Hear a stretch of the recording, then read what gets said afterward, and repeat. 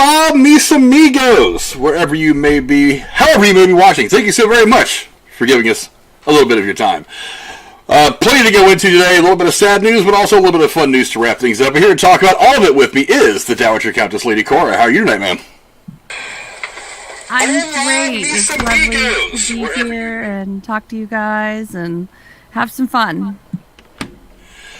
We are going to have some fun. All kinds of cool things to talk about. And here to talk about some of it with me is my hero life mate, the man himself. The man who is building the Millennium Falcon with his own two bare hands or fingertips or whatever. In Lego form is. Yeah, not just his. In Lego form is my hero life mate, Jeremy Warner. What's going on with you, my brother? Not much. Having you blow the speakers out of my ears again, but it's all good. Well, I mean, I gotta be good for something. So. I know. I can hear you. That's the good part. That's what I'm saying. I may not be able to hear anything else afterward, but hey.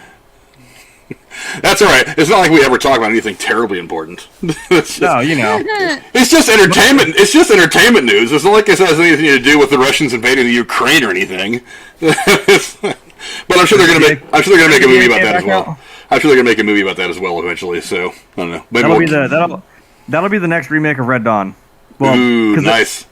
See, because it was Russians in the original, so I mean, when they remade it and they made it North Koreans, it kind of made sense. But I'm like, we could circle back to the Russians again. That was a hit. Yeah, that was the one that worked.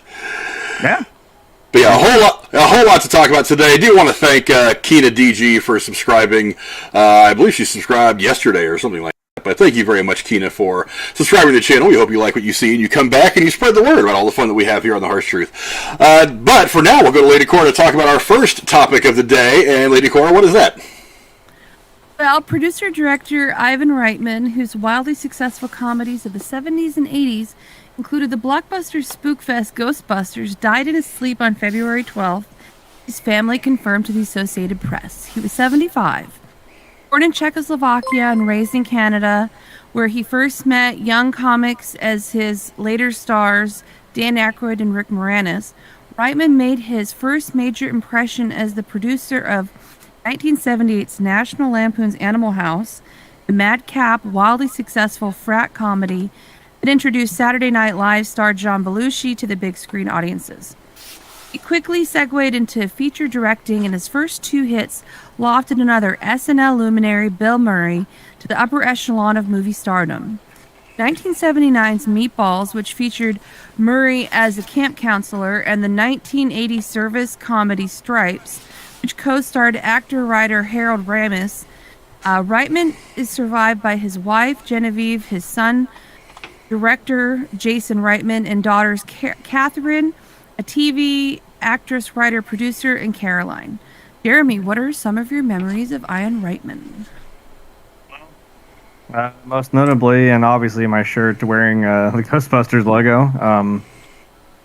Definitely, I think Ghostbusters was the biggest part for me. And then, when I got older, I saw, Stripes, Animal House, which, that branches out. Like I said, when you're talking about John Belushi, like, you branch out into other stuff for SNL, like the SNL greats. Like, you start talking about, like, Blues Brothers and stuff like that, Yeah. It's, like, those movies I can always watch, and I'll still laugh. Like, I'll still fucking laugh just as hard watching those movies as many times, doesn't matter how many times I watch them. And I've been thinking about it and thinking. I think maybe now is the best time. Like, I would start working on a Ghostbusters cosplay.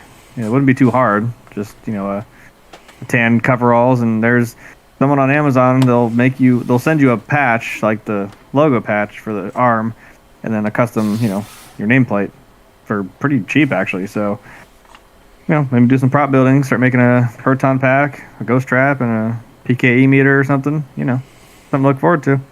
Well, they do have that costume store right here in the town that I live in. So, and actually, oddly enough, that's what my daughter was for Halloween this last fall. She was a Ghostbuster.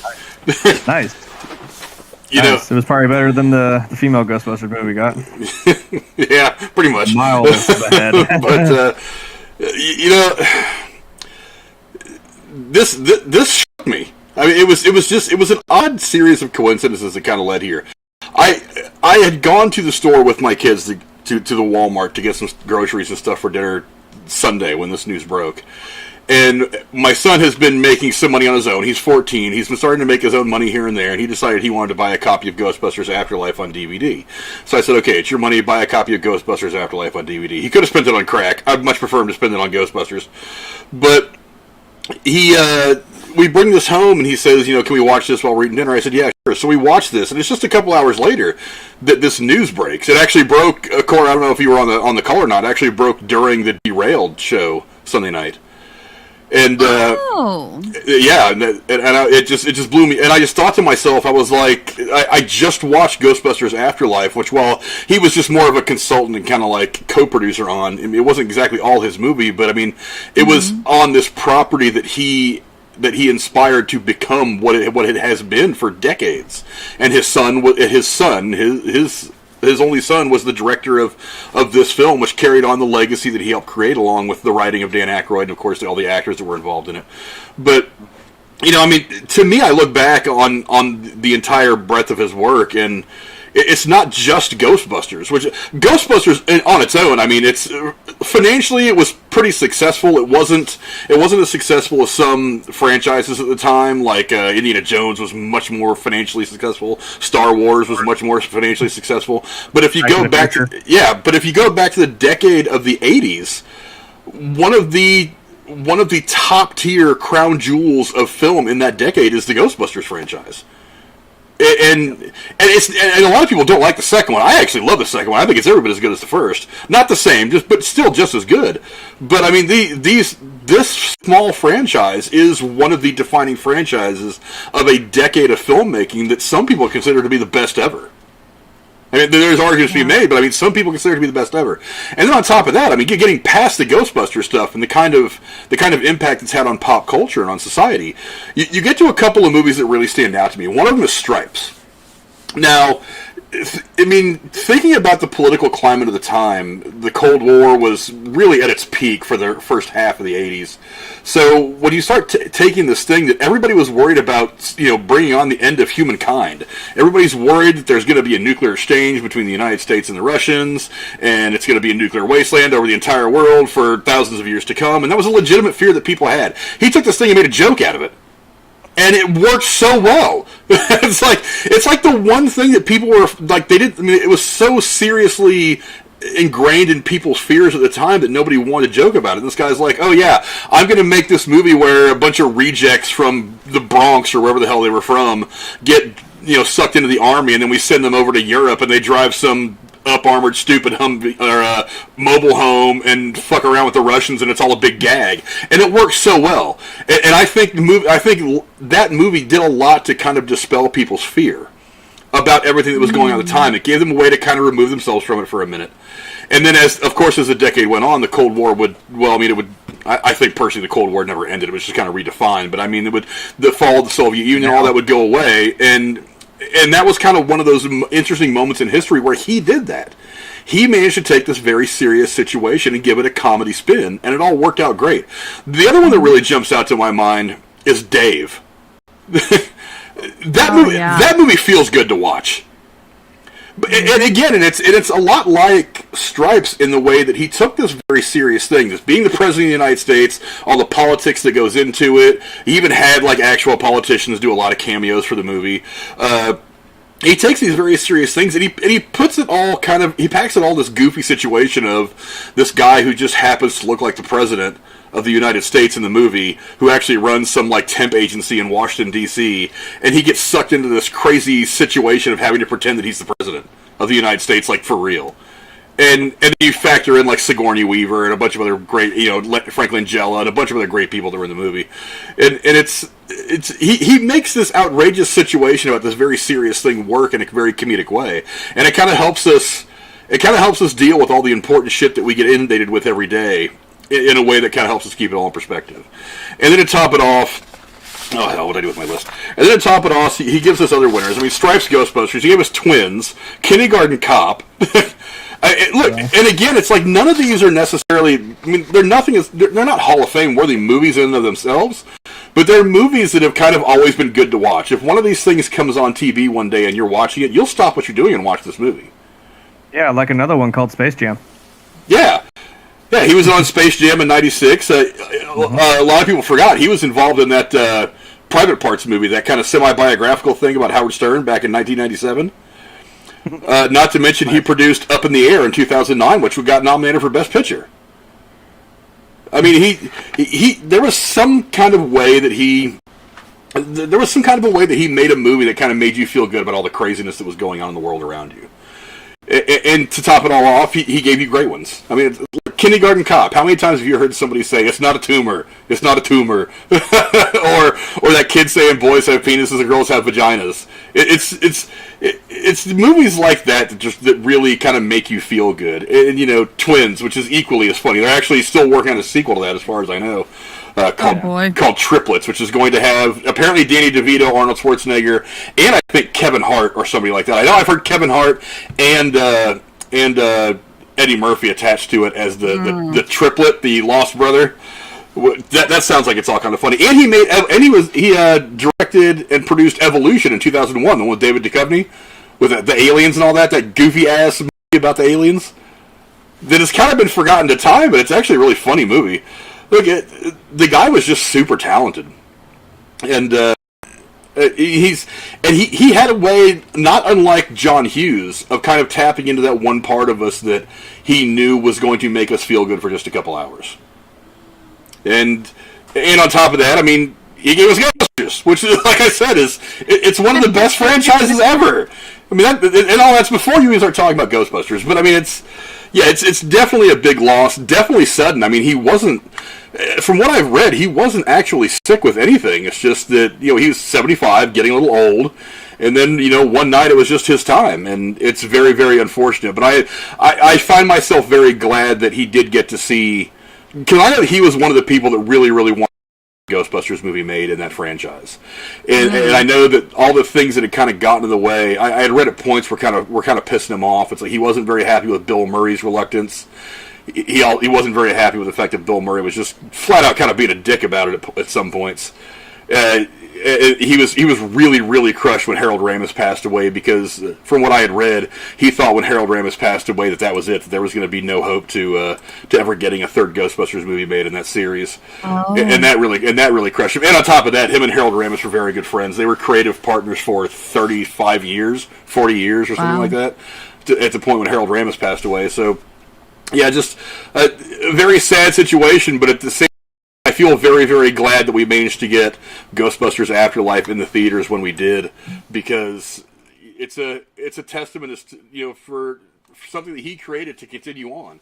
And the fact that there is this one small chance, if you watch the post-credit scenes of Ghostbusters Afterlife, that this thing may continue on and impact movie-going audiences and movie fans for another generation. I think it's a very positive thing, and I really hope that if this series does go on, that people will go back and find his other works. And to top it off, he made some really great, like Animal House and stuff like that. Those were not good movies. Yeah, I hated them all. The Stripes, Animal House. But I think those are guy movies. Well, I think I know why, because Frank, we find that shit hilarious. But you gotta think of the era of movies those came out in, though. I mean, that came out in the days of like Porky's. And I hated that too. Zapped, and the Police Academy movies were all really inspired by those. Those are funny. Those really raunchy, like no holds barred comedic things that you could get away with back in the 70s and 80s that you would never be able to pull off now. Yeah, their place, and I respect people like them, but I love Ghostbusters. So I think me and Frank had a discussion about that on another video about I think it was the Airplane review, where we're like, you can't make something like that now. Oh, you can. Terrible. Oh, great movies. But they're no holds barred comedy. It's just like, and there's a place for that. I mean, I kind of like that, like American Pie was kind of one of the last couple of movies, the first couple. The ones after that were all pretty terrible, but the first couple were kind of a throwback to that. It's like, I mean, come on, a guy sticking his dick in a pie. I mean, that's something straight out of Animal House. Austin Powers movies as well, I think. They were kind of funny, but I think they were much more low-key. I'm talking about just like the gross-out humor. That you could find in a movie like Porky's, or not Stripes so much, but like Animal House. It's You don't think it's funny when like that's been memed? I think even in Family Guy, like where you see that little bit where the girl's in the window and John Belushi just kind of turns around like, like looks back, like come on, that shit's funny. yeah. Alex and Garber chat telling the same thing, Cora. I thought about that too. I'm like, we could have wore a toga and had a big toga party for him. We could have. Alex, Hey, that's in the chat. I'm just from a girl's perspective. Those are very guy-driven comedic movies, and so that's I don't true. think That's I don't true. think they should be cut out. kind of is. I don't think they should be canceled. I'm just saying I wouldn't really want to sit down and watch them. To each their own. Like, but what guy wants to sit down and watch Pride and Prejudice with me? I mean, it's the same Someone thing. who has culture. Hey, look, I'll sit and watch something like Downton Abbey, which is almost the complete antipode to something like Animal House. Right. It's like, so, but By the way, that was my other prop. I'm not sponsored, but I have my Jack Daniels, and I am not about to drink it in one shot like John Belushi. So get that out of your head now. I'm just saying, I'm just having a little toast to the man, to both of them. You don't have a mouthful of mashed potatoes and stuff to go. Yeah, I'm a zit. Oh goodness. But yeah, just definitely a huge loss. But at the same time, it's times like this that we need to make sure we go back and look at somebody's body of work and just realize exactly the kind of impact that they've had on filmmaking as a whole over the course of their careers. And I mean, look, we had 30, 40 good years of this guy, and his story was one that's an interesting one. His mother, believe it or not, was a survivor of Auschwitz. His mother and father were both Jews over in Europe, and they immigrated to Canada when he was 4. His mother survived Auschwitz, and when he was 4, they came to Canada. He went to school, ended up going to film school and stuff, and started off in a couple of low budget things like in the early 70s, and then eventually did some of his own stuff, and he got his big break behind the camera doing Animal House back in 1978, and. Yeah, I mean, so talk about building yourself up from pretty bad circumstances. I mean, this is a guy that did it, and not only that, but he definitely made his mark on pop culture, on cinema as a whole. So, yes, definitely. I guess the Ghostbusters is still popular today. I mean, you know, shit, you can still talk about it, and people know exactly what it is, even if you hadn't seen the new movie. Like, it still continues, and it's nice to. I think, like you said, it was successful when it came out, but I'm like, I don't think it really got the steam that it did until maybe later, maybe kind of more appreciated. Yeah, like it kind of became bigger and bigger as it went on, and then like I said, Star Trek, the original series. At first, it was like meh, for some people, and it really, Well, see, then George Lucas made something like Star Wars, and they're like, oh, wait a minute, that's actually pretty interesting. Mm-hmm. Yeah, fuck off. George did it for you. I can't even say like George ran so you or walked so you could run, even though they came out before the opposite time. But whatever, you know what I mean. My point is, I'm like, well, you don't slap a Ghostbusters logo onto the door of your fucking DeLorean in a book / movie about a video game world and not have it not be significant. You know what I mean? That's where I was going with that. I'm like, it's not in the movie, but it's in the book. Just. I mean, is that not the coolest damn thing ever? You have a fucking functional DeLorean with a Ghostbusters logo slapped on the door and a kit rider. Speaking of the 80s, the kit thing is inside the hood of the car. How fucking cool is that? I mean, God, that movie's a fucking wet dream for anybody who likes like pop culture, especially from the 80s. Absolutely, it absolutely is. But yeah, definitely rest in peace to Ivan Reitman. I mean, somebody who definitely made his mark on cinema. So few people have made a mark the way he has.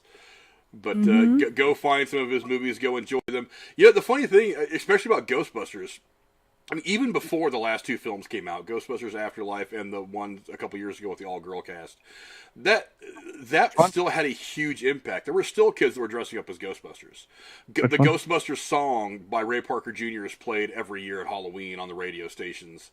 It's a great soundtrack in general. Yeah. Oh yeah. I mean, bringing in like Bobby Brown and other people. I mean, it was a fantastic soundtrack. That Bobby Brown song from the second movie is still fire. I don't give a fuck what anybody says. Oh yeah. But that's actually one of the first records I actually owned was the Ghostbusters soundtrack. Seriously, I have it on a record. Seriously. Nice. Yeah, it's the very first one I ever got.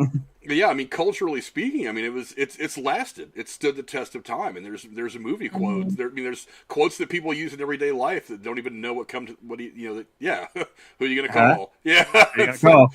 Exactly. It's like it's impacted the world and society in so many ways that you couldn't possibly calculate.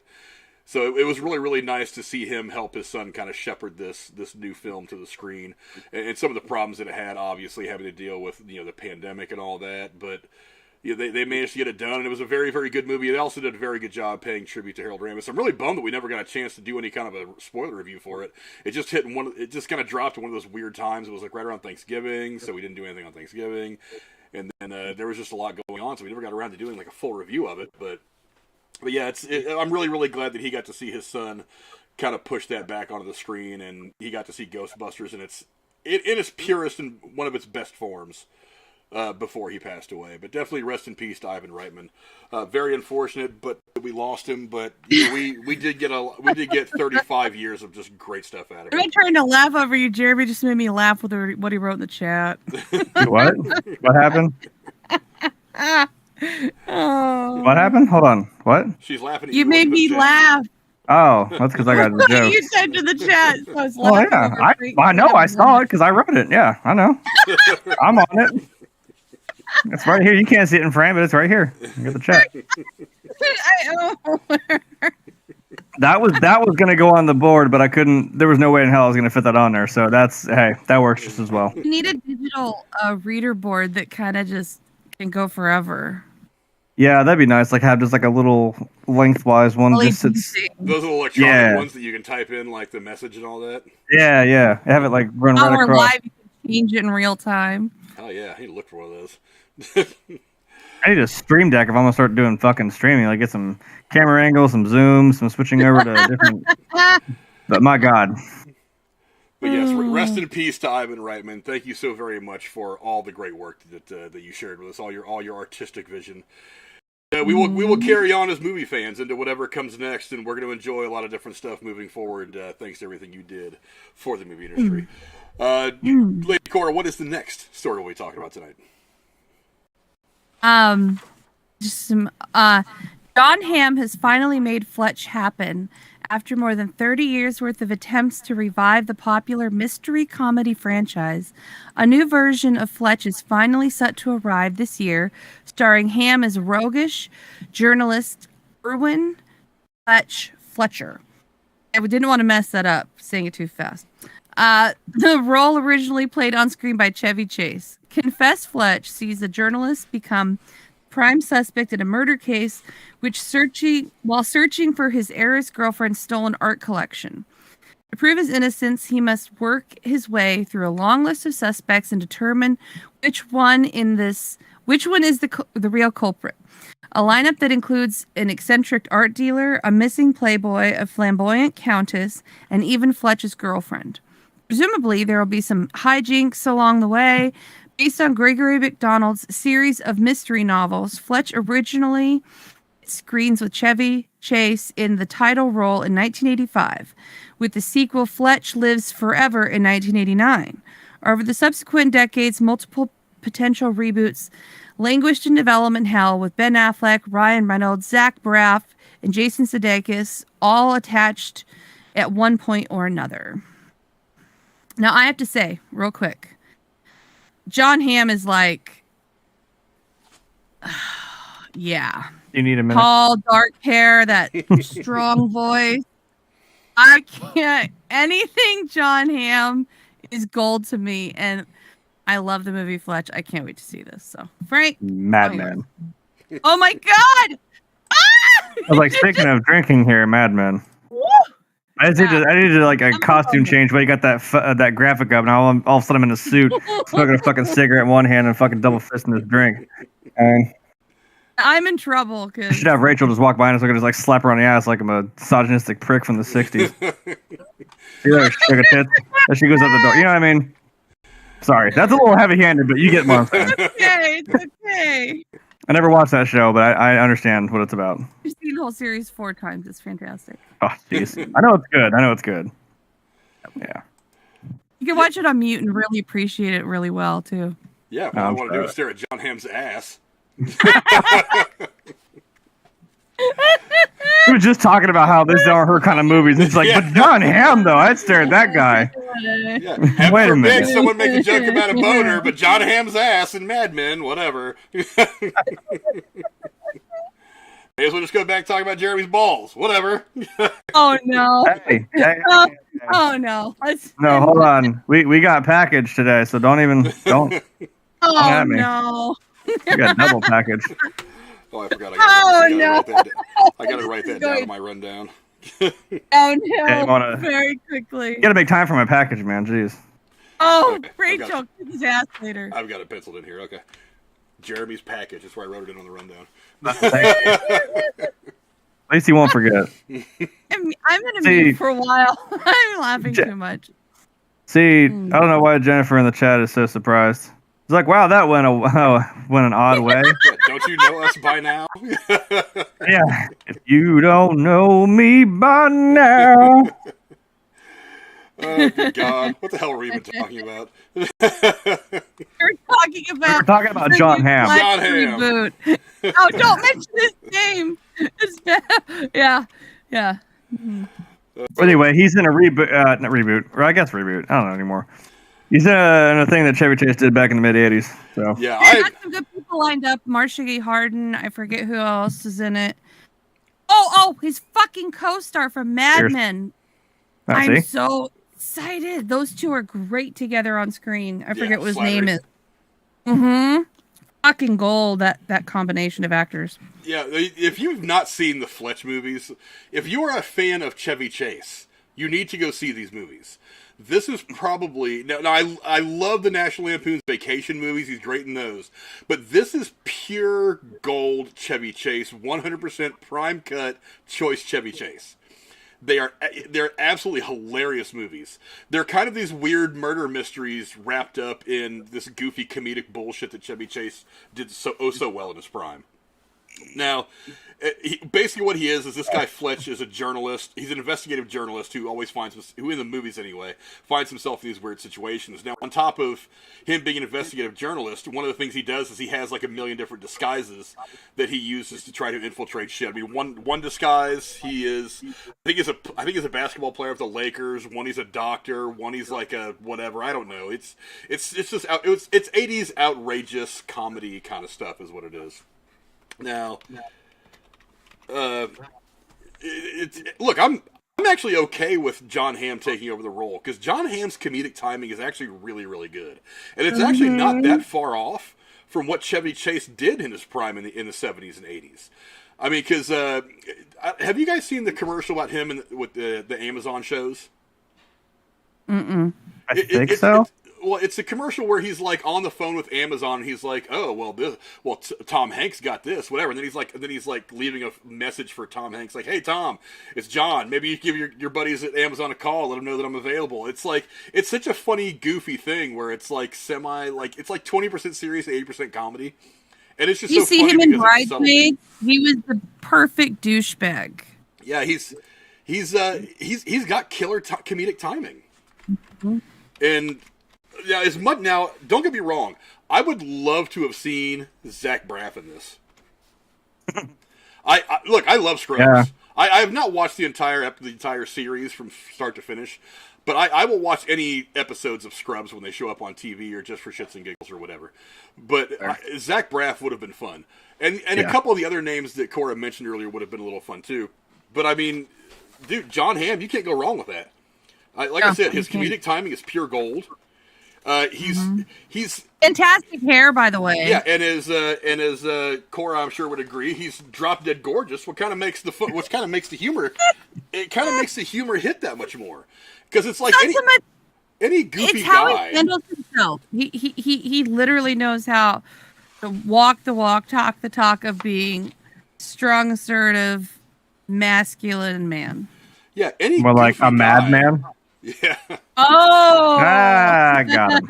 Yeah, any goofy guy could have done it. Now Ryan Reynolds would have been fun too, but I have a feeling that if we'd have gotten Ryan Reynolds to do this a long time ago, we may have not gotten Deadpool. Yeah, that might have been too on the nose.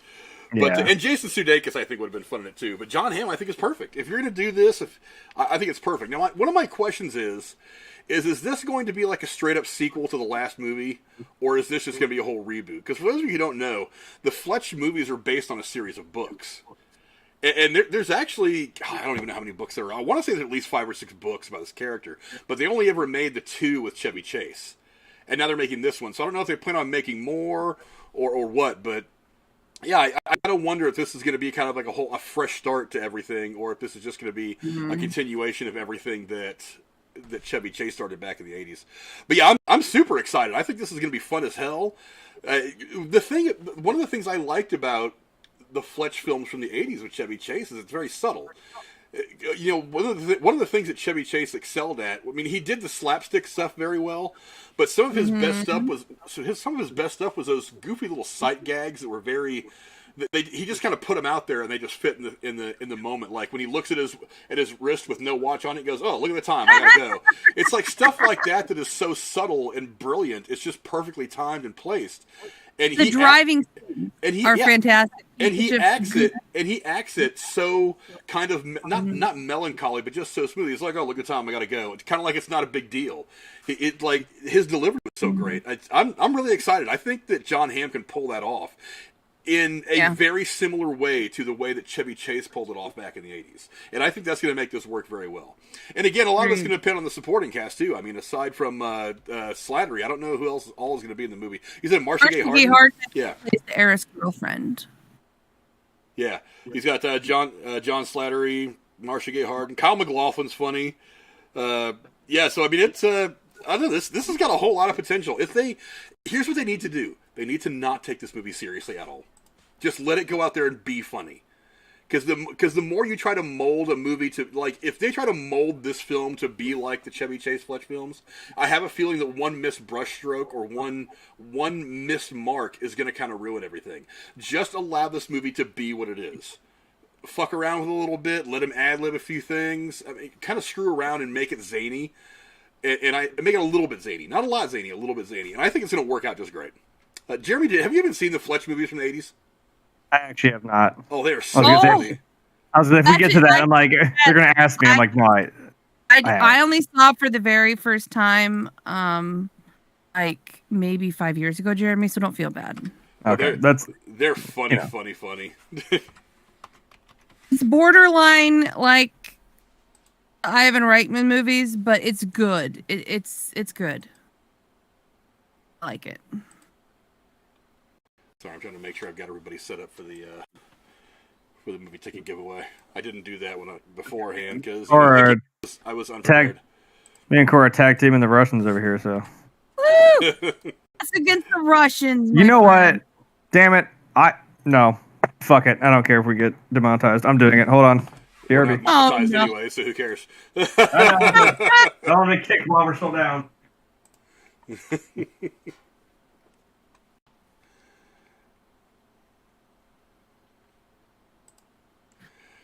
Oh, good God. He's going to get his AK. But anyway. Yeah, the Russians are here. yeah, Corey, Spies Like Us is a great movie. Oh, Spies Like Us is great. I've got that on DVD. It's a great movie. Yeah, I've seen that. Sorry. Shit, I took my thing off my waist. Hold on. I gotta put this back on. Just give me a second. Because, you know what? I used this prop before in a different movie. Every time we take care of one of these Russians, I'm gonna fucking throw this thing up and yell, "Wolverines!" It's right there. You've been warned. They did a Spies Like Us episode of Family Guy years ago where Chevy Chase and Dan Aykroyd move into Cleveland Brown's house when he moves from Quahog to do his little spinoff show. Like all these different people show up in various episodes to live in Cleveland's old house. One of them was Ryan Reynolds. One of them was Gronkowski of the Patriots. And like one of them was Dan Aykroyd and Chevy Chase show up to live in the house while they're filming a movie, and it turns out that Spies Like Us was actually a real thing. They're actual U.S. spies, and they're like following a Russian spy. It's so funny. That's awesome. It's so funny. That's a good movie. And then, of course, Brian and Stewie end up mixed up in all of it, which makes it that much funnier. But Yeah. So, by the way, it is fake. It has an orange tip, so don't fucking come at me. All right. yeah, calm down, YouTube. Right there. Yeah. Calm down, YouTube. It's okay. It's okay. Yeah. My guns are all safely tucked away. I'm not bringing them on screen because I want to piss you guys off, get my channel fucked up. But Yeah. Reach, but I'm not gonna my camera show you. But yeah, I'm happy. I'm excited for this. I mean, I know a lot of people get shitty. They're like, oh, they're just going back to old IPs and there's nothing new. For one, you guys know I think that's absolute bullshit. Go look at any list. I learned something new from this article you sent, though. I did not know the Fletch movies were based on a book series. So the fact that they are, you could pull source material that has nothing to do with the previous made movies and make them really different too. Yeah. Or they could just make a whole new movie that has nothing to do with the books, like they did with the Bourne movies. The Jason Bourne movies are all based on books, but the movies are absolutely nothing like the books. I mean, they're very, very, very removed from the books. They just kind of made up whole new storylines around this one character. But yeah, they did that with Resident Evil. It has nothing to do with the fucking games. But Yeah. like, here's Mila Jovovich being this character that you've never heard about. I'm like, Yeah. all right. You've made 3 games. Here's 25 movies. It's like, we're totally going to spread Yeah. this out. But, yeah, I'm really, really excited. I mean, Cora, you've seen the Fletch movies. I mean, what kind of direction do you think they're going to go with these? I think they're gonna make it hammy, but a joke. Jon Hamm, get it? Hammy. I think it'll be better than the old one, to be honest. I think it'll be just as good. Like I said, I just don't want them to take the movie all that seriously. Just let it kind of be what it is. Let it be some goofy bullshit.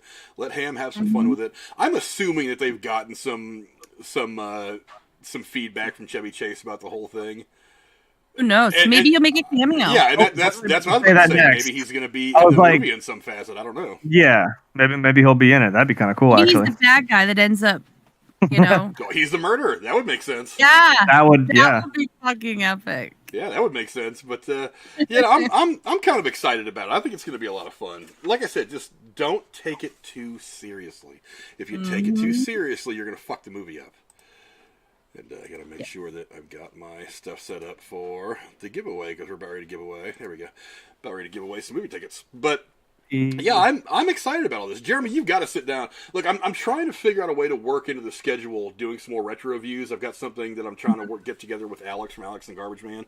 He had brought up trying to get together and do some stuff, so I'm trying to get a time right with him to go do The Rookie with Charlie Sheen and Clint Eastwood from back in the day. All right. But yeah, we need to maybe try to work it out to where we just kind of watch both those and kind of give them a little bit of a critique for a little while because they're really funny. Again, it's the kind of comedy that Chevy Chase was best at. This was the peak of that. It's like Spies Like Us was talking about, yeah. Spies Like Us was good. Three Amigos was great, but it's like this is vintage Chevy Chase, and he carries this movie exactly the way that Chevy Chase should carry a movie. I think this is every bit as good as like Steve Martin. I've always thought that some of his best stuff was like The Jerk, things like that. I think I put that kind of right up there with that movie. Like for this particular comedic actor, these 2 movies were probably his comedic best. All right. I mean, he was great on SNL and stuff, of course, too. But I mean, like as far as standalone solo stuff, this was the best stuff he did. And then I think like the vacation movies are probably pretty close behind it. I think I like these a little bit better. Yeah. But yeah, they're such funny movies, and again, they're just goofy, stupid. They came in that era of filmmaking where you could just kind of have fun and make stupid jokes that made no sense at all. I mean, it made sense to the story, but I mean, they just outside of the story, they wouldn't have made any sense at all. But you laugh at them because you're just involved, you're wrapped up in what's going on. But yeah, I'm really, really excited. I think Jon Hamm is the right guy, especially when you look at those other names that could have been, like the Ryan Reynolds and stuff like that. I'm actually really, really glad that they ended up with Jon Hamm.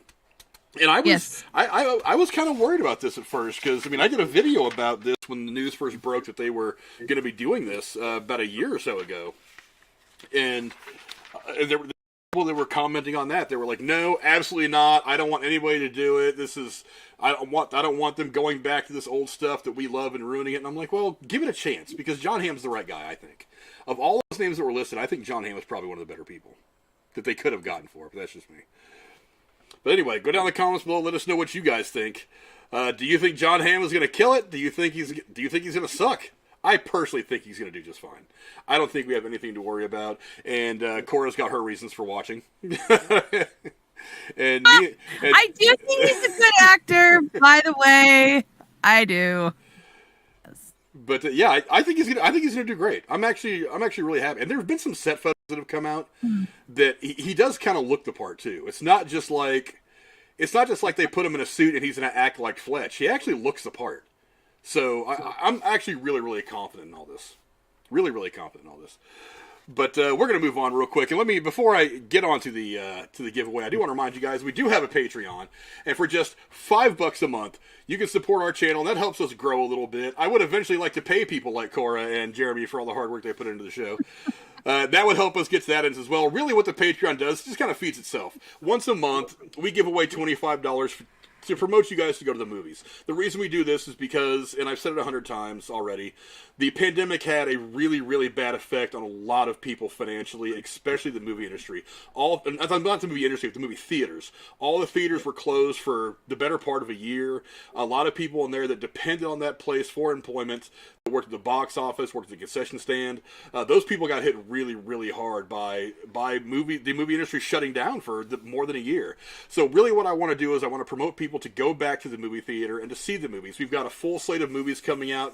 I think from now on out, we're not going to see a whole lot of delays for pandemic-related stuff. At least fingers crossed that we're on the back end of all this stuff. And I really want to promote you guys to get out to the movies. We've got some great movies coming out. We had Shang-Chi come out already, Black Widow, Ghostbusters Afterlife. There's so many more great movies that are coming out now that are on the horizon. We're getting back to a full release schedule, and I really, really want to try to promote people to go back to the theaters, go get the theater experience again. If you're comfortable doing it, of course. I don't want you to go out there if you're not comfortable yet. But just go out there and try to support your local movie theater and all the people that depend on that place for income and to pay their bills. So that's kind of what I want to do with all of that. And the way we do that is by, for some reason, now my window capture completely lost. There it goes. I don't know why my window capture went dark for a minute there. We do that by giving away movie tickets, and we're going to be doing that right now. Again, anybody who was on Patreon at the beginning of the show, their name is on this. Those people are Rachel, Casey is Raw, Gatekeeper Drew, Lady Cora, and my girlfriend Jennifer. And the lucky winner of the $25 in movie tickets this year is this Anybody but Casey. Anybody but Casey. You know what? You shouldn't have said that. Now I have to give Casey $25 to go see a movie. But Casey is a longtime supporter of the channel from the very beginning, so he deserves it, I guess. You better go see a good movie. If he sees anything shitty, I'm going to have to beat his ass. But anyway, congratulations to Casey. I'll be sending you... Actually, I need to send Cora $25 for last. She's one of the last one before that. I keep forgetting to do that. But... congratulations, Casey. Go see a movie on us, all of your friends really here at win, or are Honest you Truth. just fucking with me? What's that? You really win, or are you fucking with me? He really won. He won. So I can tell you, before your show, he was You streaming jinxed live. it. He could still be streaming live. He probably is still And streaming.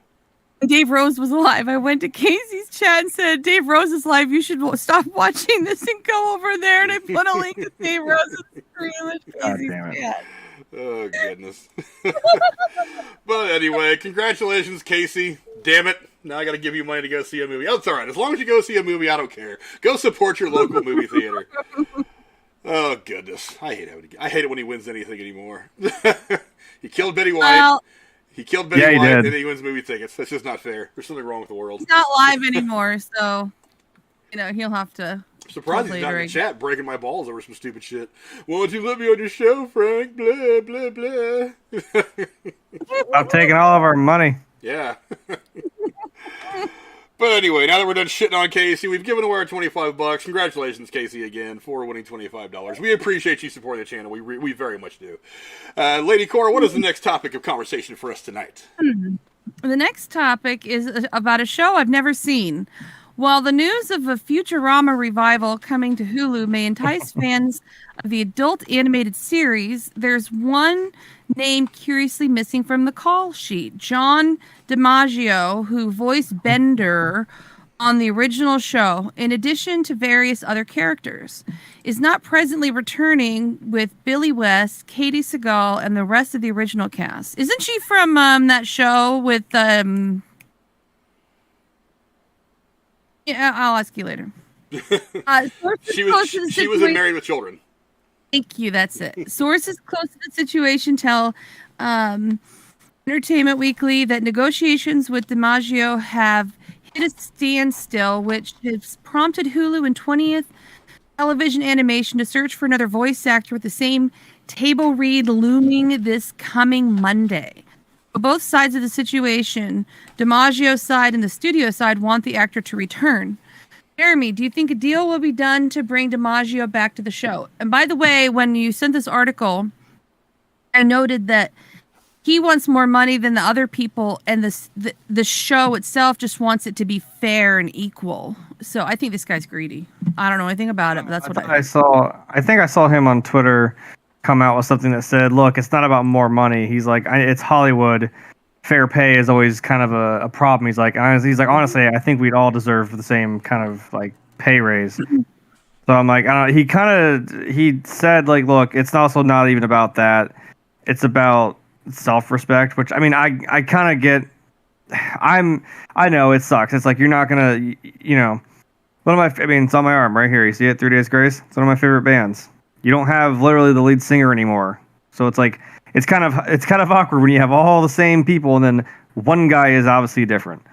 It's not the same. So I'm like, it's disappointing, but I don't know if it's like, well, is there some figure that can throw out to him to do it? It's like, I don't know. It may not be.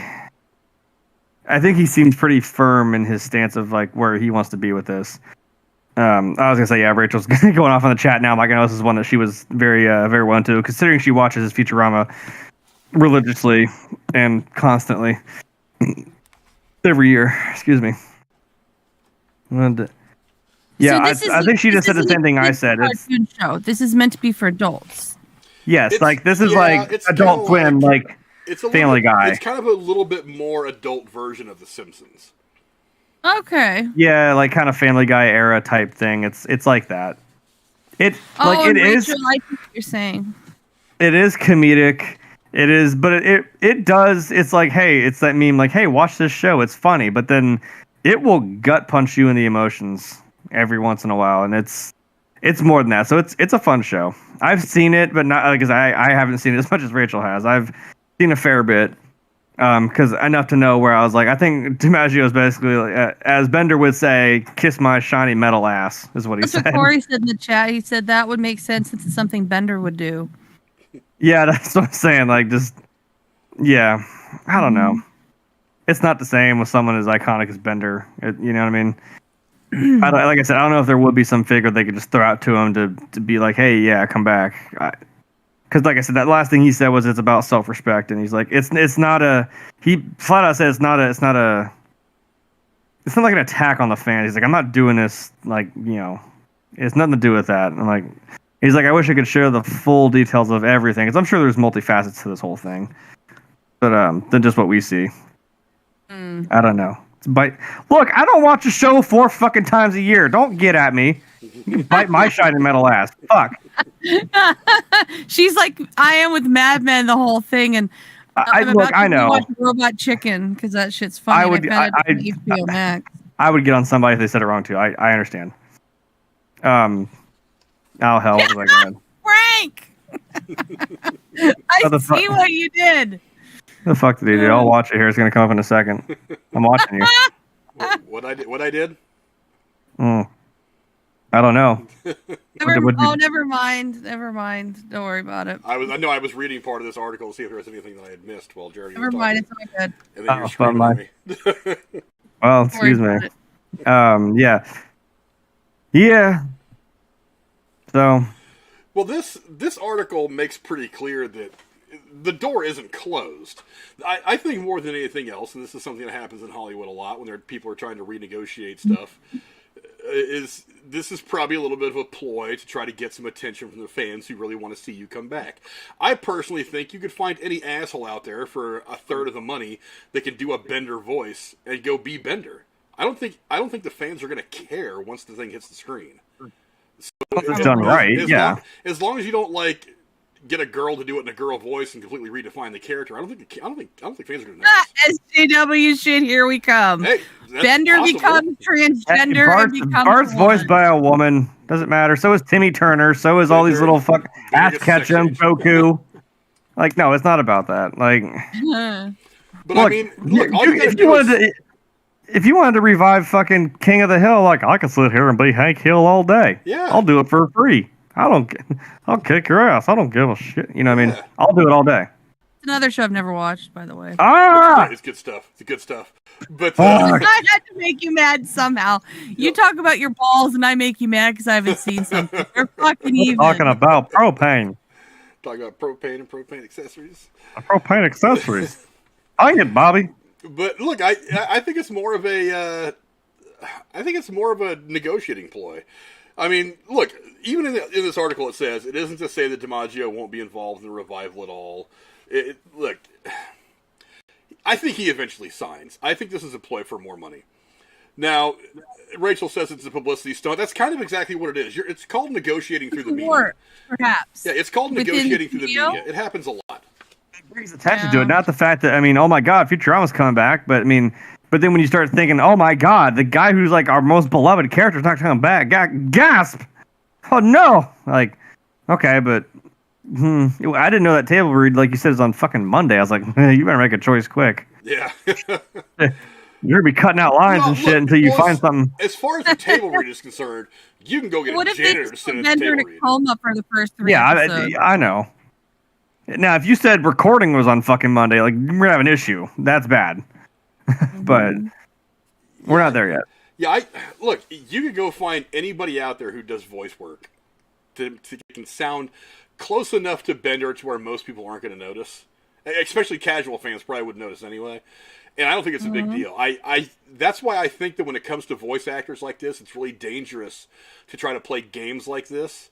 Because from what I was reading this article, let's see, they had actually made him the same offer that they had made to Katie Seagal and to the other guy, West.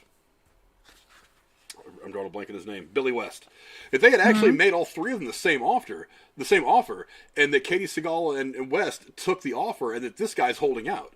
So I don't know what kind of equality he wants. Does he want more money? Because that's not equality to me. That's why I don't know when he's talking about equal pay. That's what it is, but who knows? Maybe it's about royalties or whatever, streaming profits, or who fucking knows. It's a show. I mean, it's not like it's going to be on a service. I don't know. Yeah, I don't know. I just don't get it. I like the movie, so I don't know. Yeah, I don't know. I just don't get it. I have not been the biggest fan of Futurama. I've watched episodes and it's been funny. It wasn't one of those shows that I scheduled my entire week around sitting and watching it like I would other shows. But I mean, I don't know. Part of me is just like, dude, if you're going to take the money, just take the money and do the thing. Why? I don't understand this concept of wanting equal pay, but you got the exact same offer as the other two big name voice actors in this, and you turn it down when they accepted it. How is that equal pay? Do you want them to have more and you to have more, or do you want them to have more and you to have this offer? I don't understand what you're after unless you come right out and say it. And it doesn't seem like he's after any kind of equal anything. It seems like he's just out for more money, not really giving a shit what other people get. You know what I mean? See, pretty famously, they did that on Friends, on a set of Friends over the 10 years. I mean, they all get paid the same. Yeah, they all banded together to finally get paid the same amount. And eventually, they made more and more and more and more, obviously, as it went on, and then but they all fought to all have the same equal pay, and they had to fight. He was kind of mentioning that, it's kind of a fight sometimes. You got to get to that point. But I mean, if that's true, if they made all the same offer, I'm like, I don't know what your reasons are then for just being like, nope. I don't know. Yeah, it says right here, according to sources, an offer was extended to all three actors. West and Seagal accepted. DiMaggio's team did not. Which means that his negotiating team is like, he should hold out for money. Seeing it as a low ball and not competitive to the market or the legacy of Futurama. I don't know about all that. One source suggests... Again, I don't know how much the offer is. It doesn't say that in this article, so I'm not entirely sure. It's also just a one-off. This is just an extra bonus, 20 episodes or some shit. It's not like we're doing anything else, so... I don't know. This seems like it's just a one-time thing. Or so we think. I don't know. It also says that DiMaggio's side counter-offered with more competitive quotes, but some sources suggested conversations at the studio ended in November and have not progressed since. So, does he think all of them deserve more money, and he's going to hold out and be like, here, you pay me this, and you pay them this as well? Well, it says right here, let's see. That would make sense. One source suggested the favored the favored nations process, which is a way of negotiating in the animation field that I'm not really all that read up on, fell apart with West and Seagal taking their offer without consulting DiMaggio, which I don't think they should anyway, because if me and Jeremy are both in negotiations to be in the same movie to play different roles, why do I need to give a shit, or Jeremy give a shit what I'm signing on to? I don't know. I don't get it. But again, if there is some difference in how negotiations are handled between parties, if there's a big difference between like the live action side and the animation side, I don't know what that difference is, because I figure it's probably a lot of the same. I mean, I'm sure there's a lot of differences because you're talking about sitting in a chair and sipping coffee and just saying lines in a funny voice, as opposed to actually going out there, spending time in makeup, spending time getting in the costume, and going out on set in front of a camera doing stuff. But at the same time, I don't know what the differences are, so I don't know. And again, I also don't know what the actual offers were and how much money people are making. It also says that a search for a replacement voice actor is still ongoing, while the offer for DiMaggio to return remains on the table for the time being. The studio doesn't want to pay DiMaggio more than West and Seagal, which contributes to the standstill. So, I mean, is that what he's after? As long as it goes better than Scarlett Johansson and Disney, I think we'll be fine. Well, I don't think this guy is gonna. Well, this guy's not Scarlett Johansson. It's like, Yeah, that's fair. But yeah, I don't know. Go down in the comments and let us know what you guys think. Do you guys think that John DiMaggio is holding out for more money? Do you think he deserves more money? Do you think that he's going to be back eventually anyway? I personally have a feeling that this is just some negotiating ploy. I really don't think that he gives two squirts of piss how much the other people are making. I just think that he's trying to run his price up a little bit. And look, to each their own. I mean, look, I've said it 100 times. In Hollywood, you don't get what you deserve. You get what you negotiate. So maybe he knows that, and he's just trying to make sure he negotiates that little bit extra for him while he can get it. Because I don't really know what this guy does outside of Futurama. I'm sure he does other voice acting stuff, but I really don't know what the hell he does. So maybe he's just trying to. He does Bender anime porn voiceovers. Maybe he does that. He does. Yeah. Who is it? Is it Firebird? I don't know. I just made that up. I don't even know. Was it Firebird on Drew's show that's always wanting to talk about hentai porn? I don't know. Oh my! Maybe he's doing some stuff for that. I don't Firebird. know. Maybe he's doing some stuff for that. I don't know. Oh boy! I think maybe he just wants to. Maybe they'll do justice that little thing like where Bender just slides in on his knees. He goes, "We're back, baby!" Like maybe he'll just do that. Maybe he's waiting to do that. I have a feeling that eventually this is all going to work itself out, because I think at one point, if you're in his position, you would rather come back and make sure that some other voice actor doesn't come in and kind of steal your shit away from you. Because that's happened on occasion. Like, you walk away from some role and then some other actor kind of comes in and makes it his own and makes it big, and then he's the one that is remembered for that role, and you're the afterthought. So I have a feeling that, like, if faced with that prospect, he's going to say, you know what, I'm going to go ahead and just take the offer that's in front of me right now, because whatever. Maybe I make a couple extra bucks off it, but I don't want anybody else jumping in here and taking over and doing this better than me. You know what I mean? Better Bender? Yeah, be a better Bender. The better Bender like business said, bureau. There's probably 100 people in the LA area alone that can do a Bender voice. And if you didn't know and if you didn't look at the credits and see a different name and see like this person and not DiMaggio as Bender, then nobody would know, and people would like Bender, and then they would find out way after the fact that DiMaggio didn't come back, and they'd be like, "Oh, I didn't even know that. It sounded just like him," and then move on, and then you were forgotten. You're an afterthought. So I mean, TSS corrected you, by the way. It's Randy Viper. Oh, is it okay? Is it Randy? Okay, it's Randy Viper. Thank you very much, TSS. But yeah, it's so important. It is. It's an important distinction when you're talking about hentai porn. But yeah, I whatever. I think it's a negotiation ploy. I think it's negotiating through the media. I don't particularly like the practice, but it's how some people choose to do things in Hollywood. And like I said, to each their own. You don't get what you deserve in Hollywood. You get what you negotiate. And so you got to make sure that when you negotiate, you get as much as you can, or at least close enough to what you think you deserve. Because once you sign your name on the dotted line, that's it, kid. You're getting exactly what's on that contract and nothing more. They're not obligated to give you anything more. And that's probably the way that it should be. That's what negotiations are for. That's what negotiations are for. But before we move on to our next topic, Jeremy does have some unboxing he wants to go and do right now. Jeremy, exactly what are we unboxing this time? More pop figures, like you even need to be surprised. But that's the thing. I kept it a secret. I'm not going to tell you what it is until I open it. Okay. Well, I might have to plug in my computer here after this because it's dying. So all I did was move it. Oh, damn. He put me up on the screen. Okay. Well, no pressure.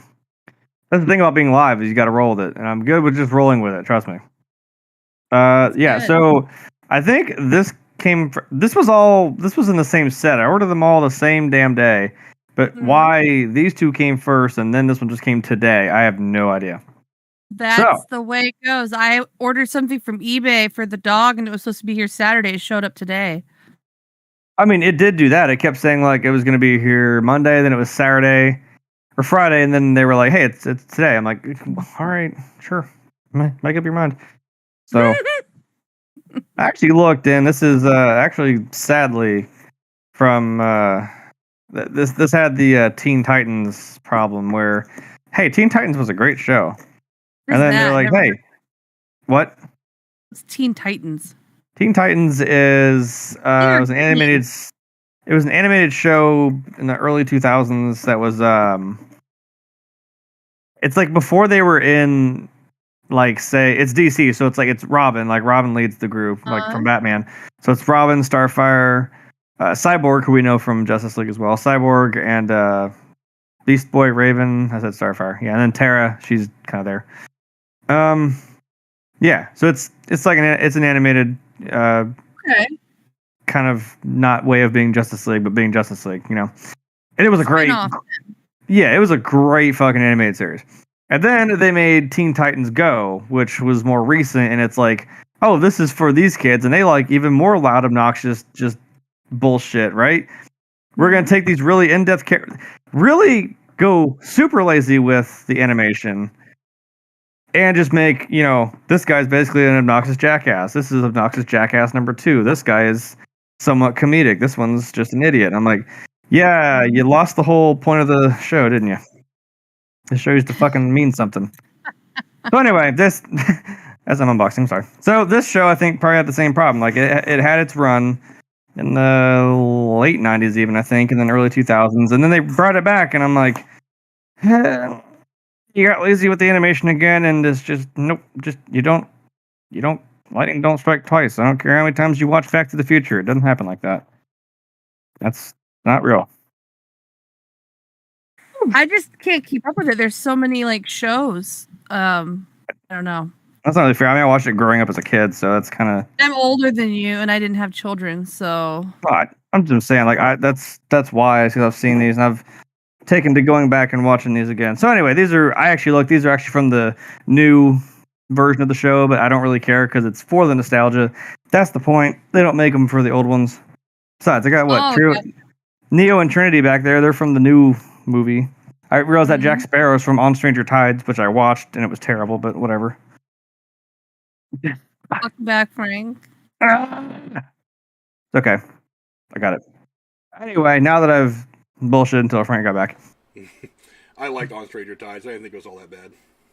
It's okay. Not as good as the first two, but that's what I mean. The first 2 are amazing. 3 is okay. Then 4 was just like, okay, we're getting weird. We're getting really weird here.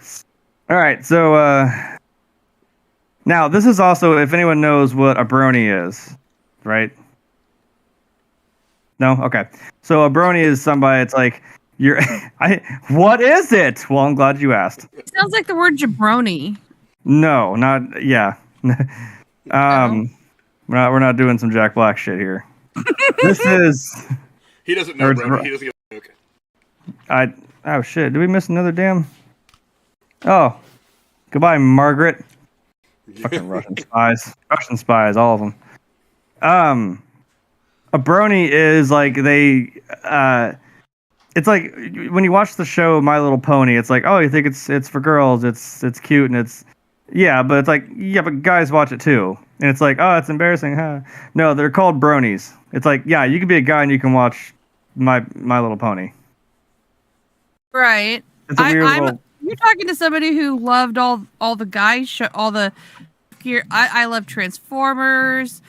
I loved He-Man. I mean, yeah, right. I'm right there with you. So think that, you know what I mean? It's like which you would apparently think the targeted audience is, but it's like, well, no, anyone can watch this, and it's a weird name to be given this group as a brony. Now, that came out, I think, later. Now, this, I think, is a good comparison. This is like my generation's version of being a brony, because it was definitely a kid's show, and you kind of think, oh, it's girls, ew, disgusting. But no, you can be a guy and watching it's entertaining as shit. We have the Powerpuff Girls, all three, lined up. Oh my gosh! I love the Powerpuff Girls! I got it right there, didn't I? R.I.P. headphone users. Yeah, headphone users beware. Boom, wow, I just flared out my thing. Yeah, Blossom, Bubbles, and Buttercup. I can do the voice. Yeah, I love this show. I just realized the text on the thing, like, this is from the new show, but well, fucking whatever. Come on, all three of them. Gosh! Can you They're guess adorable. Which one was my favorite? I want to say Bubbles. Yes. Do you want to take a wild guess which one was my favorite? Redhead. No. Buttercup, the mean Yes. Yes. Oh, of course. Buttercup's a badass. Love her. Powerpuff Girls, Frank's Blossom. The only one that ever jumped out at me was the dark-haired one. What's her name? Buttercup? Yep. Is that her name, Buttercup? Because Yeah, she looks I can see that. like dead ass. They look a lot like. That's funny. Yeah, that's funny. I could see that. There you go. I'm really sorry, you guys. I love Powerpuff Girls, and I didn't know he was going to bring them up. I know. I just boom, gotcha. You see that long lead in I did into that? That was hilarious.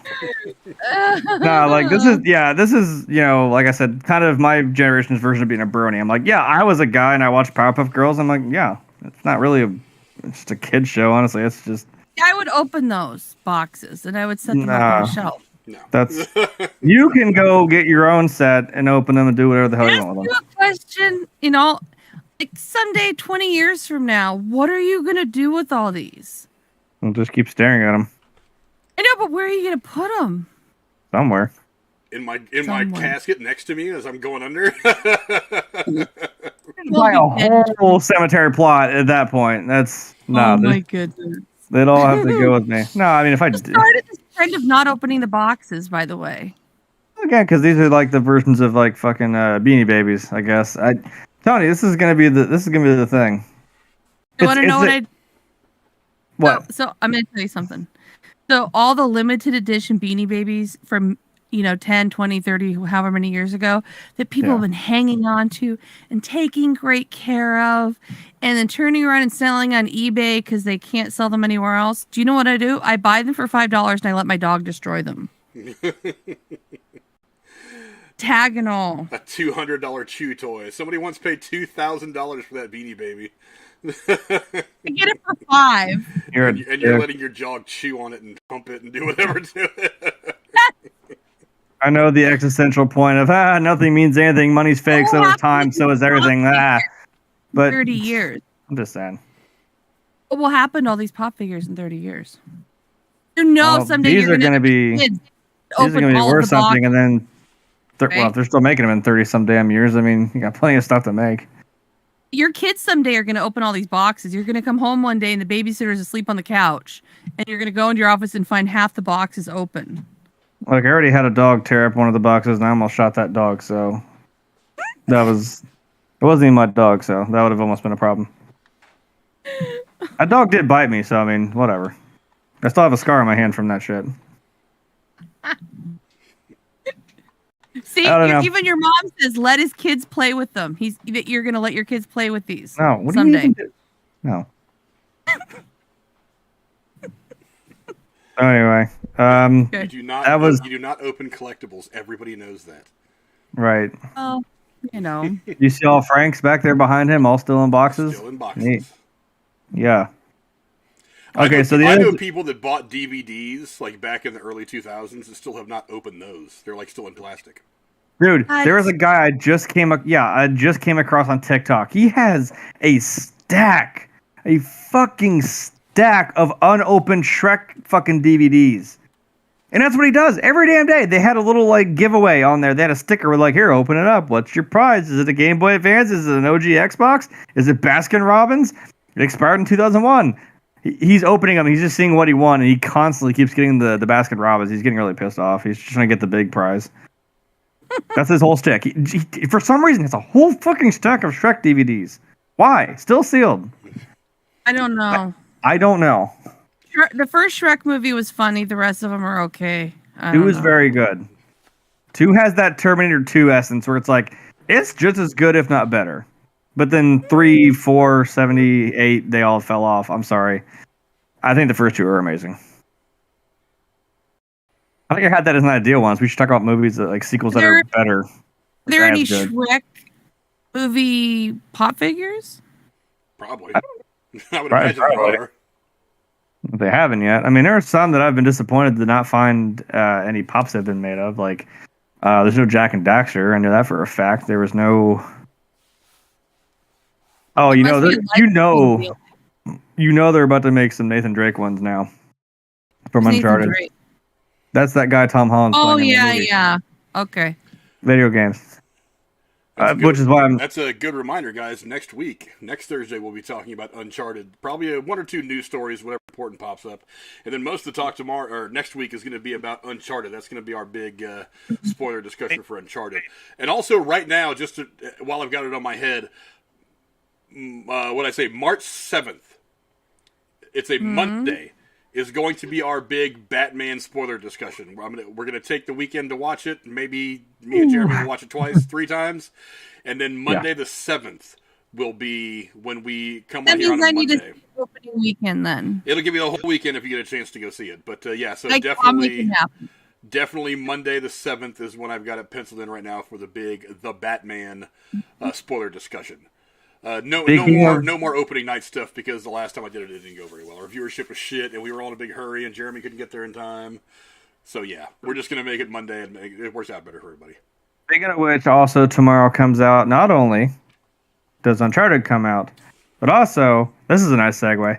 This is something Richard got me for Valentine's Day. This is one of the dopest. I've already shown Frank this, but this is one of the dopest fucking things I've ever seen. Texas Chainsaw comes out too, and she got me a custom-made VHS tape, the Texas Chainsaw Massacre. Blood splatters on it, all kinds of shit. It's got a chainsaw painted on the side. There's a little heart right there. I think. I don't know if it actually plays, but I'll show you what it does do. I've got a button right here. Huh? So you look at it, you get the tape on there. The tape lights up. Oh, cool. It flashes. A little slow flash. Very thoughtful, Rachel. I love it. I think it'd be hilarious. I might do it myself. Like whoever did this, like hand painted it, splattered it. There's a big chainsaw blade around the thing, which I actually noticed like later. I was like, oh, it's a chainsaw blade. I think it'd be hysterical if there was like a fork and knife just sticking out of that heart. Or they're cannibals. It'd be hilarious. Missed opportunity. Yeah, that's okay. I can take a silver Sharpie of that shit and just I don't know if it's just like a blank tape or there's tape in there. I don't know. But that's going in my background now. That's a nice little prop for the fucking background, given our channel. You know what I mean? Hell yeah. So it's fucking. Plus, since I have horror movie stuff up on that top shelf, which you definitely can not see, but not all of it. like our pop figures. I've got the Jason mask I made myself and a machete up there. Look, I'm not fucking around. I got an AK and a machete in here. Come at me. There's actually a little Leatherface pop up there, which I need to. Yeah, no, you can barely see it. I mean, this shelf is empty because this is where the thing goes. This is for the angle of the Falcon. So, yeah, maybe I'll just put. Trying to think of which way this goes. That probably that way. I don't know. Let's put that up there. Maybe turn it on later, but yeah, there's that. Sorry, I can't see it. It's okay. I'll figure it out. I'm learning, guys. Texas Chainsaw Massacre is my favorite horror movie. The original. Yeah, same. Actually, it's literally that's my favorite. Where's? I think I'm fucking around. Hold on, it's right here. Oh, balls! Where is it? Jeremy's trying to dare people to break into his house. He's like, "You think I'm fucking around? I got a machete and an AK, son. Let's do this." Right. Actually, no way. I think I moved it No, I moved it. I'm done. Anyway, it usually sits right here in this little drawer right here with all my other shit. And that's a movie I wouldn't mind buying every, they'll have anniversary editions. I mean, when the 50-year anniversary comes out, I'm definitely gonna get that one. I think the one I have is like the 40th. It was 2014, I think, so it might have been the 40th one. The metal tin case, and it's been remastered all to hell. Oh, so fucking nice. Still got that gritty feel to it, though. I love it. Cinematography in that movie is unmatched, but I could just sit here and jerk off the Texas Chainsaw Massacre all day. But we can move on. I've never seen that movie either, by the way. But you're not into horror movies, so that's not a big surprise. Fair. I know it's a big deal, though. We may have to make a list of horror movies that we actually watch along with Cora. We'll make a live stream out of it. We'll all get on the same stream and we'll put on like Texas Chainsaw Massacre or the original Nightmare on Elm Street or something. You're just be like, all right, Cora, sit back and watch. It has to be while it's light out, or I'll have fucking nightmares. We'll do it like 9 o'clock in the morning, so you have all day to kind of relax and kind of come down off all of it. Great. That's the thing. Texas Chainsaw is actually pretty tame. I'll be screaming and screeching and saying "fuck" a lot. However, this new movie is looking pretty crispy. I like it. Crispy? That's a really weird word to describe. The movie does look kind of interesting. I was thinking like that. Well, you haven't seen the original, but like where she's like kind of like starting to lose her shit, but she like looks over and she just sees this meat just sizzling in the fucking thing. And it's like this weird. They like look at the meat, they look at her, and she's like, it goes back to the meat, it's just cooking in there, and it's like, that's not animals. Oh, I realize that's not animals. Speaking of cannibalism, I watched a preview for that new movie, Fresh. Holy shit! The guy who played in Falcon Winter Soldier. Sebastian Stan? Yes! Oh my gosh! That looks creepy, and the music sounds great. I'm not into that kind of like psychological, like cannibalism kind of thing, but I want to see this movie, and it's coming out on Hulu at the beginning of March. Check out the trailer for Fresh. It's fucking... It's fresh? Certified fresh? Rotten Tomatoes? Got him. Oh, goodness. Let's get oh my gosh. TSS, I will not sound like Gina watching when she's gaming when I'm watching a horror movie. It will be really bad sounds. It will not be orgasmic. Hold on, BRB. I have to plug in my computer. Go on, talk amongst yourself. Okay, well, while we're talking about all the crazy sounds that Gina makes during her live streams, if you don't know what I'm talking about, go check out the Horny Goat Gaming and all that stuff while they're doing that. Oh boy, sorry, Gina. Oh hell, see, Jeremy had to get up for a minute. I tell you what, Lady Cora, go ahead and just read the next topic. I think we got enough time for Jeremy to finish what he's doing.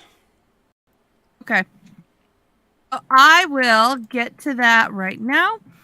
Second trailer for Marvel's Doctor Strange and the Multiverse of Madness dropped right before the start of the Super Bowl on Sunday. Trailer is being called by many the best trailer that Marvel has ever made. Several great effects shots and a few big reveals. The trailer set the internet on fire. Frank, what did you think of the new trailer? And before you answer, I am curious what people in the chat would guess at. I saw the trailer one time. How many times do you think Frank saw the trailer since Sunday? Hey, take it away. Since Sunday? No, let them guess for a couple minutes and then reveal. Well, what did you think of it? First off, wow. Now you got to remember there was actually two different kinds of trailers they put out. The one that actually played right before kickoff of the Super Bowl was in and of itself a pretty good trailer. But it also said, go see a full trailer online. When you go online, that's the money shot. That's one that absolutely just blew my mind. I have not seen a movie trailer drop 2 or 3 huge in the trailer. I dropped my AK. Sorry. Some of these things... Some of the things they revealed in this trailer, I was like, how are you revealing those now, not in the movie? I couldn't. Because there's more crazy shit to come. If that's what they're revealing, I mean, what are they holding back? That's what I thought. Because here's the deal: we just saw just a few months ago an insane amount of shit go on in Spider-Man: No Way Home, and we thought that was just off the charts. That we couldn't possibly beat that, at least not so soon after that movie. This movie comes out with a couple of spoilers that are so damn big. In the trailer, comes out with a couple of bombs that are so significant that I have to wonder, what are they saving for the damn movie? It's going to be nuts. Jeremy, before he reveals it, how many times do you think Frank saw the trailers for this? Did he watch them Sunday? Wait, me? Yeah. Need to guess. Pick a number. Well, didn't you say there was like that, and then there was like a live trailer or some other bullshit going on? Well, the trailer that dropped on television just before kickoff of the Super Bowl on Sunday was like a partial trailer. The in and of itself was a really good trailer, but it also said go online to see the full trailer. So that trailer was only about a minute long, and then when you go online, the trailer online's a solid, I think, 2.5, 3 minutes long. I mean, it's a lot. I'm imagining you definitely watched it at least 20, 30 times, because I fucking watched it a number of times. What's the real answer, Frank? Honestly, I didn't count. Answers. I can tell you that I watched it probably 5 or 6 times consecutively when it came out. Oh, so me being close to 100 are way off then. Well, I mean, I don't know. I haven't counted. I mean, 100 is probably not terrible far off. but I have watched it. I mean, like I said, I watched it probably 5 or 6 times, in a row when it first dropped. I saw the trailer on TV. And then I was like, "Holy shit!" And then it said, "Go online to see the full trailer." I went online and watched the full trailer probably 5 or 6 times. I watched it at least 2 more times that night before I went to bed, and I've watched it at least twice a day every day since then. Just to pick out the little details. Not to mention, and I'll go ahead and go to this because the poster has. Oh damn it!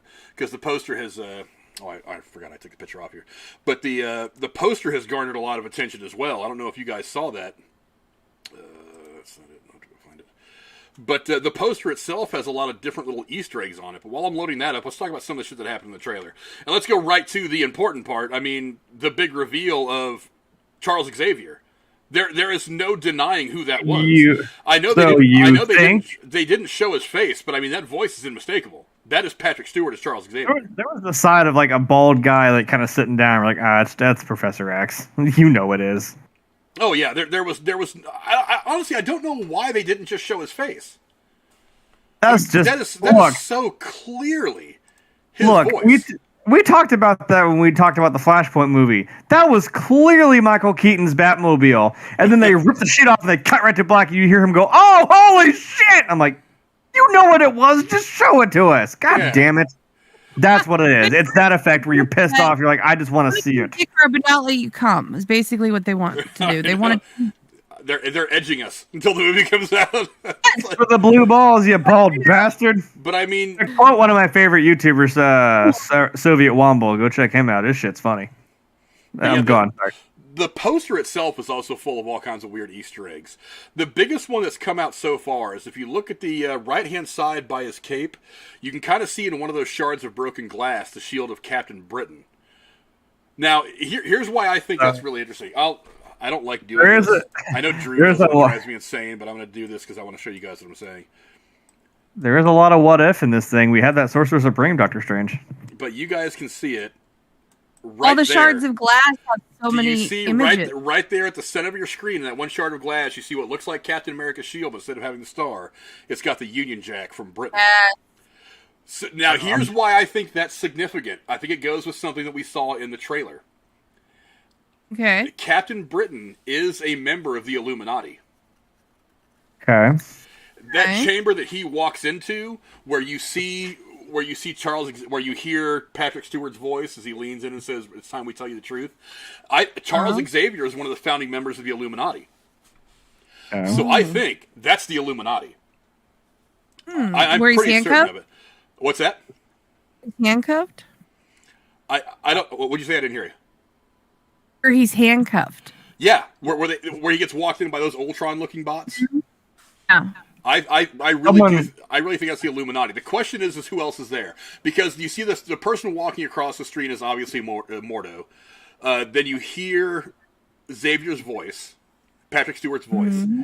And then the question is who else is there? I'll try to get as close as I can, Frederico, to make it a little clearer. I think that makes it a little clearer, but if I zoom in too much, it'll distort the image really, really badly and screw it all up. But anyway, there it is right there at the center of the screen. You guys can kind of see it right there. That's the Union Jack that's on what looks like Captain America's shield in that shard of glass. But the question is who else is there? Somebody had speculated that the person that was sitting on the far left was Black Panther. Because I feel like if you were just doing it for one quick scene or one quick piece of dialogue, you could do some of that facial stuff like what they did with some of the stuff they did with Princess Leia's character at the end of Rogue One. You could probably do that if all you need to get away with is a couple of quick shots of T'Challa, either just sitting there or spitting a couple of pieces of dialogue, and then you're done. You go away. You don't need to have Chadwick Boseman there. Unfortunately, not available because he passed away. But yeah, and the other person I can't quite tell who it is. Some people thought Thor, but I don't think Thor is going to be in this movie. There's a lot of different people that could be there. What did I do with my notes? Because some of the people that were the founding members of the Illuminati are Reed Richards, Mr. Fantastic, who is rumored to be in this movie. We talked about that a couple weeks ago. Doctor Strange is one of the founding members of the Illuminati. Namor is one of the founding members of the Illuminati, and I really think we're getting close to finally seeing Namor. For those of you who don't know, Namor is Marvel's answer to Aquaman. He's Namor the Submariner. Black Bolt is one of the founding members. Iron Man, obviously, and Professor X. Now, obviously, Tony Stark's not going to be there. But some of the people that they ended up recruiting in were Captain America, Steve Rogers, T'Challa as Black Panther, and Hank McCoy as Beast.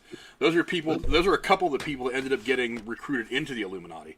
Now, if you go around and look at this a little bit more, you see if you look at a lot of these shards, you can see there's a version of Doctor Strange in one. There's a little bit of Wanda. That's the America, whatever her name is, girl that's playing Miss Marvel. You see her all over the trailers. There's another version of Doctor Strange right there. Some more of Wanda. There you see Christine in her wedding dress. There's a lot of stuff that's in the shards. Some people are saying that Deadpool is in one of these shards. I don't buy it.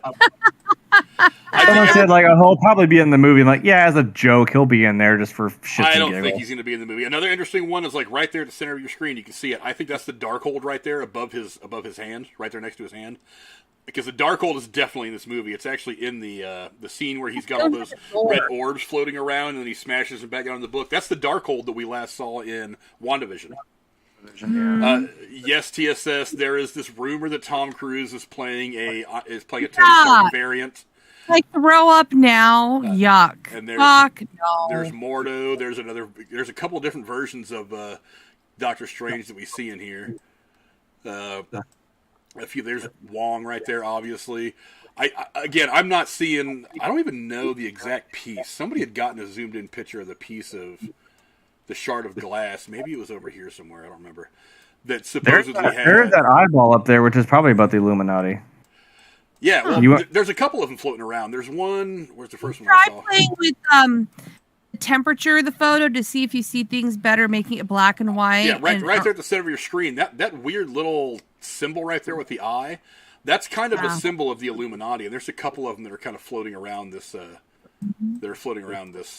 this poster. There's a couple of them. There was another one, at least one more that I saw. I think it's over here somewhere. But yeah, that's what we're looking at right now. So I don't know, Jeremy, it was chaotic. What was your overall thoughts of the trailer? Oh boy, I think that's what I said a few times. Yeah, you want to have that big fucking review, that big as Cinema Sins calls it, the audience applause break. When you see Andrew Garfield come out of the thing, they kind of. That's where everyone loses their fucking mind. That's the point. We're gonna have a shot where you see just full on Patrick Stewart, Charles Xavier, and then. Again, that's where we can have those audience reaction videos in the theaters where everyone fucking just shits their pants collectively. That's what they're trying to do. That's a released again? What? Are they releasing this again? This comes out in about 2 months. Okay. May 20 something. Okay. I think it's they're really making people wait. Well, yeah, they're not just gonna. This is just about right. Because when did the first trailer come out? A few months ago. It came out right before Spider-Man, I think. Oh, wait, wasn't it during Spider-Man they had that second so-called scene was actually part of the trailer for this movie? Well, yeah. Where he find, yeah, where it he kind find, of was. So it's part of December then, yeah, a few months ago. So yeah, that's right in line with generally accepted marketing for movies. I mean, I know they've been getting in this weird habit of like releasing teaser trailers like a year out, which I think is kind of dumb. But I mean, yeah, this is right about the time where you start hitting your marketing blitz. I mean, because think about it. I mean, you had Spider-Man: No Way Home. The next big movie coming out is, for Marvel anyway, is Doctor Strange. So What about that new TV show? Morbius is Sony's Spider-Verse. It's not the MCU. That's all controlled by Sony. All right, fair enough. So definitely kind of cousins to one another in the movie world, but not direct. It's not a direct MCU film, at least not that we know of yet. I mean, we're obviously going to know more when those movies come out. But I mean, as far as I know right now, that's the Sony Spider-Verse thing. You're not going to see like Thor showing up in Morbius or something like that. No. How are they managing this networking of crossing? I don't know. You know what I'm getting at. It seems like it's getting messy. Well, yeah, it all it's comes the multiverse of madness. Yeah. It all comes down to licensing and stuff like that. I mean, the reality is you don't need to have anybody in anybody's movie. If this deal ends the way I think it's going to end between Sony and Disney and Marvel, they don't have to actually do anything story-wise to separate Spider-Man from the MCU, which they kind of already did. The whole point of that spell at the end of Spider-Man and No Way Home is that everybody forgets about Peter. So now Peter is not really part of anything anymore. Nobody knows that he's Spider-Man. So technically he's already been kind of separated from the MCU. Okay. But I mean, really, all you got to do is just make a movie and not mention anybody else. I mean, because you don't have to always have Iron Man or Doctor Strange or whoever in a Spider-Man movie. He can just go off and do his own thing. So really, all you got to do is just make a movie and don't mention them. Fans might not like it, but you don't have to have anybody else in your movie.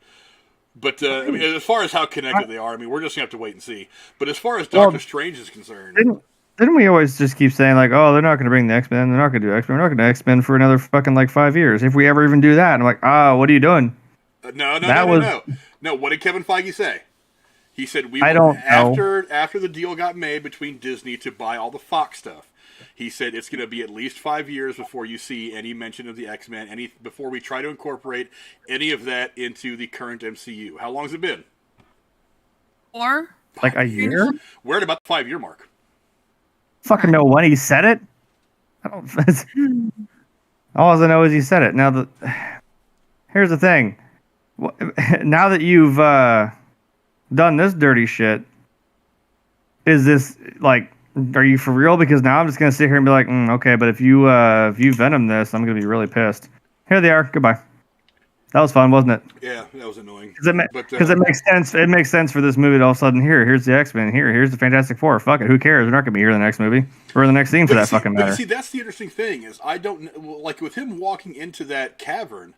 I don't know if who's gonna be there. Could this be that scene that had rumored that John Krasinski was on set filming? That's what I mean. It could be fun to. I mean, it could be fun to see that, but I'm like, are you committing to this though? Because I don't think that was some fucked up shit. You're like, hey, Venom's going. No, he's not. Like, all right, fuck you too. We got to see what it's going to look like first. Now I'm jaded, is what I'm saying. I'm like, okay, cool, but now I just can't believe you. Now, don't do a Shyamalan. Don't, because now I'm not going to trust you. And I don't want to be in that position, but you put me there, so you played yourself. Another one. Sorry, AJ Khaled. But there was just so much in this trailer. I mean, the weird different variants of Doctor Strange we're going to get. I mean, look at the thumbnail. I mean, that shot alone, if you like, John Campea had said the day after this came out, he said if you'd have just for 5 minutes showed a picture of Kevin Feige wearing a hat that said Doctor Strange, the Multiverse of Madness, and he just kind of leaned over and scratched his ass for 5 minutes, and then right before you cut off, say, oh, by the way, here's a quick shot of Doctor Strange, and show him this picture right here, bam, melts the internet right there just in that picture, because that's some crazy shit, and that is a kind of a throwback to what we got from What If. So I kind of wonder if maybe What If wasn't kind of I don't want to say softening the ground, because I don't think that's what they would have done. But if that was some kind of a foreshadowing as to what we were going to get from the MCU moving forward, maybe bits and pieces of that, because just looking at that picture right there, it looks like that's what we're getting. Is we're getting this Doctor Strange who, at some point, decides he needs to become more powerful to do what he needs to do, which he feels is right. Because if you remember, and this is one of the things that I was interested in at the trailer, we see that wedding scene where Christine is getting married, his woman, the Rachel McAdams character, and I don't know if that's a dream or if she actually dies immediately after that wedding. Or at some point in this film, and he feels like he needs to cast some kind of a spell to try to get her back, and he ends up going the same route that we saw him going in the What If movie, the What If show. And if we're also having Captain Britain, I'm like, are we going to bring back what's-her-face as, the Captain America version, or Captain Britain version of, I would Peggy love Carter? to see Haley Atwell come back. They have screwed the pooch with that so bad. Agent Carter is a great show. I loved every bit of that. They had her voice the character. I'm like, no, but if you actually put her in the damn suit and have her do some shit, I mean, that would be fucking dope. That would be dope. I'd watch it if that's what this is all coming to. I mean, I was gonna say, when you said, when did Kevin Feige say this? I'm like, I don't know. All I heard now was apparently the last thing he said was, yeah, Endgame's the last time, or that's the last Avengers movie. We're not doing this shit again. I'm like, okay. I don't really care, but okay. Yeah, I heard that today too. I'm like, all right, that makes sense though. I'm like, yeah, because now we're just kind of telling other stories and going out from. We're not going to have some big culmination of the Avengers again, which I think there's going to be more Avengers movies. I think what he was saying is that when he talked about that being the final Avengers film, I think he may have meant, and this is just me, I don't know, the way I heard what he said. I think what he meant was that's the final film of the Infinity Saga. We're going to see more team up movies, and it's not just going to be one or two guys teaming up to do something. We're going to see another. He'll tie into the Loki weird shit. Or the TVA might come in. I don't know. I think the TVA might not play a very big part overall in the MCU, like the movie stuff. I really hope it does, because then they can bring people back. But that's the thing, though. Is that's the one big knock that people have had on the MCU, is that nobody stays dead. I don't want to bring anybody back. If they bring back Tony Stark in the next film, it cheapens his death. But that makes sense. You're talking about Vision. That makes sense narratively for WandaVision. Well, and remember, we're not getting back Vision. We don't know what that white Vision is yet. I know. It's a Ship of Theseus thing again. I know. But, that was also, he was straight up murdered. Tony's death's a little different. I understand that. If he stays dead, that's the thing about comics. Is like, yeah, they died, but then, hey, guess what? They came back. We're used to that. But it does kind of feel like, well, then what the hell did they die for? A little cheap. Yeah, I get really annoyed when they bring people back because I can't type. I was trying to bring up the Doctor Strange trailer so I could kind of give it a look, but I can't type. Are they expecting to release another trailer, or is that it until May? I would imagine there's going to be two more trailers that come out before the movie comes out. There's going to be. I mean, I don't know how you. Because generally the way it works is you get your first teaser trailer, the first trailer that's on the short end. It kind of lets you know, it gives you some visuals of the movie. It doesn't really tell you much about plot, but it gives you some visuals. It gives you a couple of one-liners. It gives you a couple of scenes, and then the trailer's done. The next trailer, the first full-length trailer, actually gives you a bit of what the movie's about.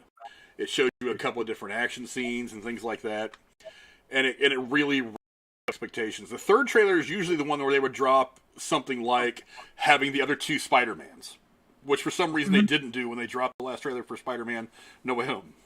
They dropped that in a trailer. They waited for the movie to come out, which I really like, but generally speaking, that's where you would put a big reveal like that, is that last trailer right before the movie comes out, because that's the one just you want to push people to the box office to buy tickets. But where is the trailer? But I don't know. I mean, that last trailer was so big already. It's like you gave us the look at the look of the Illuminati. You gave us the reveal of Xavier being in this in some fashion. It's like, also one of the questions I had is Mordor really like a villain in this movie? Because when we last see Baron Mordor, at the Where'd end he go? of the first Doctor Strange movie, he helps Doctor Strange, but then they obviously part not on good terms. And he heals her in that post-credit scene. Yeah, and in the post-credit scene, he goes after that one character and says, there are too many sorcerers. So I would imagine that's going to lead him back to wanting to take Strange's power away from him because he feels like there's too many people that are abusing it. But, yeah. I mean, like I said, how do you top this trailer? Maybe they don't plan on releasing another trailer. I don't know. Maybe they're just like, you know what, we're going to throw out this nuclear bomb trailer that's just going to blow everybody away, and we'll see you guys in 2 months at the premiere. And that's it. Now, I have to ask you this. Do you think this Doctor Strange trailer, both of them combined, is a bigger news story and a lasting memory more than the Super Bowl? Because it seems like it is. You guys watched the Super Bowl for the game? You I fucking didn't. weirdos. Weirdos. Yeah, well, honestly, this is the first Super Bowl that I actually watched because I was fairly interested in how the game was going to turn out in probably about 10 years. I'm not going to lie. Well, yeah. Normally, the only reason I watch is like I'll mute the Super Bowl, and then when the commercials come on, I'll unmute and I'll listen to the commercials in case a movie comes on, in case a good movie trailer comes on. But no, this year I was actually interested in who was going to win. But, yeah, Ohio teams and all. Woo. Yeah, but yeah, I mean, this trailer it was just madness. You mean a multiverse of madness? No, it was just pure madness. It was pure madness in the way in what they put in it. I mean, because you start out. I mean, obviously they reveal that there's multiple Doctor Stranges. So I don't know. If I noticed that. I don't know if they're variants. I mean, obviously we're not going to know this Probably stuff until the variants. movie drops. But I don't know if they're actually going to call them variants, or if this is. I mean, because obviously the multiverse. Look, if there's multiple Spider-Mans out there, there's obviously going to be multiple Stephen Stranges. Doctor Strange. So maybe that's what ends up being one of the things that happens in this movie is you don't just see multiple Spider-Men coming in, you see multiple Doctor Stranges coming in. And maybe that's part of what leads to all this. And maybe that guy that we saw, the one with all the arms and stuff floating out in that gray background, maybe that's the other variant of Doctor Strange just trying to do all this shit. You know what I mean? Yeah, they're like little entities and other crap coming out of him in that What If series, like other like beings that he absorbed to become, to become the Sorcerer Supreme. Like, holy shit. So, do you know what that reminds me of? That little shot right there. That reminds me of like the Goddess of Death, Kali, which like that's what that looks like with the multiple fucking arms and shit coming out, and just all that darkness around. That's what that looks like to me. So I don't know if that's like Master of Death, Doctor Strange, but like it looks sweet. Well, and to top it off, that big octopus-looking thing that they're fighting in the street. I forget what creature. One eye. Yeah, I forget what creature it is, but that's one of the creatures I think that in the What If animated series that came out, I think it's one of the creatures that he stole their power, trying to get powerful enough to bring Christine back. Right. It was very similar to. Reminded me of the monster from that terrible remake. Oh boy, you guys loved it and I hated it. With John Cena in it and the Peacemaker. Yeah. That's what I was thinking. Yeah. Yeah, it did remind me of Starro a little bit, but. Yeah. Nope, didn't like the new one. Sorry. That's right. You and I agreed on that. No, it's like you and I didn't like it. Frank loved it. No. I thought it was better than the first one. I didn't say it was great. I thought it was much better than the first one. I thought it was a funny movie. That's okay. You're still wrong. I still think Peacemaker is one of the least interesting characters in that film, and for some reason they gave him his own TV show. But whatever. He's getting a season 2 now. I actually just watched the last episode today. Yeah, apparently he's getting a season 2, so good for him. Well, whatever.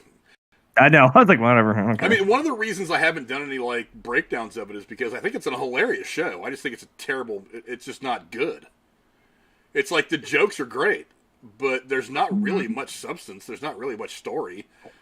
I mean, it's like these weird aliens have taken over humans. Okay, that's about the 4 millionth time I've seen that happen in a movie or a TV show. Invasion of the Body Snatchers. That's yeah, what it is. It's like, and then it's just a bunch of I mean, all the stuff that Cora claims to not like about movies like Animal House. That's exactly what this entire series is. And I was just kind of like, well, I kind of wanted something else. I mean, I'm okay with I'm okay with him having that kind of humor in his character, but that's kind of what the entire show was. It didn't really give me any substance, and I wanted substance. Howdy Whiteys. And again, he's not even the most interesting character of his own show. He's just not. There are 2 or 3 other characters who were just like Amern was a more interesting character to me. The black girl who was in Orange is the New Black. I keep drawing a blank on her name, but I think she was a more interesting character. The fat nerdy guy, the tech guy, was probably a more interesting character. I just like he's not even the most interesting character in his own show. I just don't like when that happens, but I digress.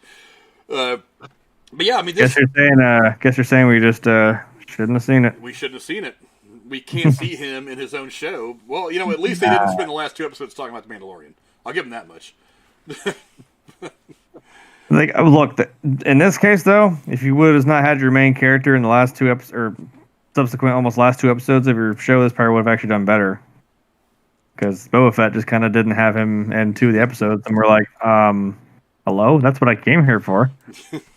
No, I mean, you definitely went hard as shit on that last episode, and I was like, I see that is what I wanted. That's awesome. So. But yeah, this trailer, I mean, I don't know how they could top it with the next trailer. I mean, there's already so much shit in here.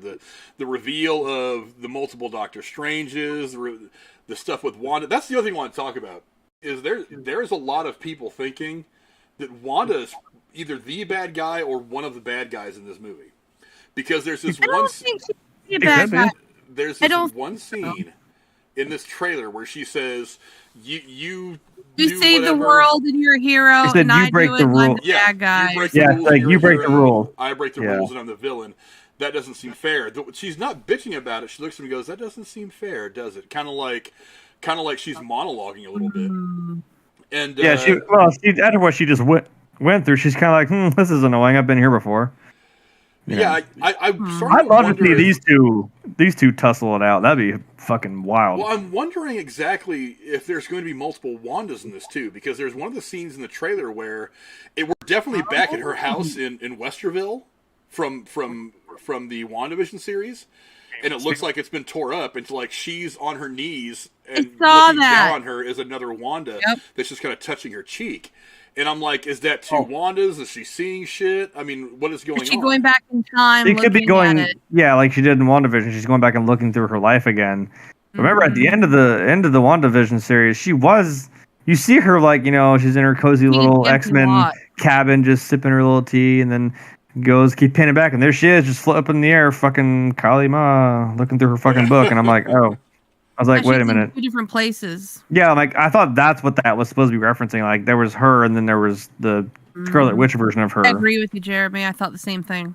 But I mean, that's true. I didn't even notice that's what that was until Frank said it, because he's seen this trailer about 300 times. I was like, that's true. That was her on her knees, like when she first. Well, when my heart collectively broke with her, when she just fell to her fucking knees after reading the deed from Vision. That hurt. Holy shit. I feel it. I'm going to start crying if we talk about their love story. I know. Oh my god. No. That one got me. Like she opens it up and he said, like, for the future, V with a little heart, and she just collapsed. I'm like, no, man. See, now that's why you bring Vision back. God damn it. I know. That's why. Okay, we can't. May not be the same one, but hey. No. But and on top of that, we also see the zombie. Looks like what is a zombie version of Wanda. Yeah, see, like you said, I'm like, was What If just kind of a weird preamble to this? Well, see, the thing is, the What If. Then why did we do that in the first place? That's what I'm still. The What If comic book, the comic book stuff of What If, it was never meant to be actual canon. It was just meant to be. They were all individually meant to be these kind of individual one-offs. What if Tony Stark would have died and somebody else took the mantle as Iron Man? Blah blah blah. I mean, what if? But I do believe that some of those storylines did actually migrate into the main stories of some other big comic book runs. So it's not unheard of that, or it's not out of the realm of possibility that they would take a couple of those things that were in What If and put them into the MCU proper, to the live action stuff. But I mean, look, I mean, are they? Because we've already seen a couple of things. Number one, what are we seeing? We definitely saw zombie versions of a couple of things in this trailer. So I mean, are we touching on Marvel zombies in live action finally, which is something I really kind of want to see? Are we touching on this broken Doctor Strange who absorbs all these powers of these different creatures because he needs to bring Christine back from the dead? Because looking at this thumbnail, I mean, that's pretty much the vision that we got in the What Ifs episode where he does this. That's almost an identical picture to a couple of different frames from that series. So, I mean, how much of What If are we actually going to get here? I just said that. You say that, and I'm like, wait a minute. I did just say that it looks like the goddess of death. That shot right there. Is that like Doctor Strange necromancer right there? Is maybe he the one doing all this zombie shit for that scene? Because he almost looks like a fucking zombie himself in that. Yeah. Like, I don't know, is that like a master of death? He's just fucking controlling zombie versions of people? Like, wait a minute, that could be. If you want to be the Sorcerer Supreme, you'd want to master all facets of the universe, I guess. You know what I mean? Like, that would be part of it. I don't know. There's just, I mean, for all the big reveals, there's just so many more questions. It's like, there's just so many more questions that it gave me. Like I said, I mean, the big reveals. Now I'm seeing Illuminati shit. Is that a triangle on his fucking forehead in that damn shot? Oh, I don't know. Is there an upside down triangle on his forehead? No, I think it might just be some shading, but... Look, Illuminati confirmed. Well, that's what the whole trailer is. I think it might just be some weird shading, but whatever. It might be. I don't... Oh, now it's kind of gone. I don't know. I thought maybe it was. No, it's still there. What's going on, Night? Night Watch down in the chat. Go check out his stuff. Link to his channels in the description below. Hey, haven't talked to you in ages. And Jeff Seagraves, yes, actually, we were actually just going over the little bit ago, the poster, as a matter of fact, right here. You can see in the center of your screen, you can see the Captain Britain shield right there in the center in that shard. Along with several different versions of Doctor Strange, and there's the Miss Marvel, or whatever her name's going to be, America something or other. There's Wanda, different versions of Doctor Strange. There's Baron Mordo, another version of Doctor Strange. There's another Illuminati thing, another Mordo, Christine again. Just a lot of different stuff. I still cannot figure. There's Wong, my dude Wong. I still don't know where people think they're seeing Deadpool, but I really don't think Deadpool's going to be in this movie anyway. Yeah, looking for Drudo. What's that? Like looking for Drudo. Yeah. Sunday. I get enough practice looking for Drudo. You think I'd be able to spot anything they put in this fucking poster? See right there, I saw Mephisto up in that corner. Like, I don't know what the fuck you were looking at. Is that Mephisto? Right there. The M right there is for Mephisto. Mephisto confirmed. Confirmed. We're confirming the Illuminati, guys. It's not the weirdest thing that's happened. Come on. Illuminati and Mephisto are now confirmed for Doctor Strange 2. But, yeah, I mean, I don't think they're going to put anything like... I don't think they're going to put a big reveal in the poster. It's generally not how it's done. But then again, Marvel's become pretty good at doing all kinds of kooky things and just getting away with them because they're Marvel, because they're doing them differently than everybody else. I don't know. But yeah, I mean, the trailer was just bonkers. I mean, it was batshit crazy. There was so much in it. I don't understand how they put that many reveals in a trailer. It makes me wonder exactly what kind of insane chaos is coming for in the movie. It makes you wonder what the unedited version of the trailer without the scenes that they cut would have looked like. Did they cut anything? And I mean, I know it's not as big of a deal as like the whole thing with the 3 Spider-Man, but I'm like, you don't know what they maybe edited out of that thing. There could have been someone standing behind somebody that wasn't there to begin with. You know what I mean? You don't fucking know. Yeah, the one thing I have not done yet is I have not watched the trailer at like 0.75 or 0.5 speed to really take a minute to like examine it frame by frame. I haven't done that yet. That's something I did a couple of times with the Spider-Man No Way Home trailer, but I haven't done it with this movie yet. But I mean, there's just so much shit. I mean, yeah. The big reveals in this trailer alone, they've got me wondering what the hell does the movie got? Because there's so many rumors floating around this movie. John Krasinski being in there as Mr. Fantastic. Tom Cruise having a cameo as a variant of Tony Stark, which is I really hope not. Which is, well, I think right now it would work.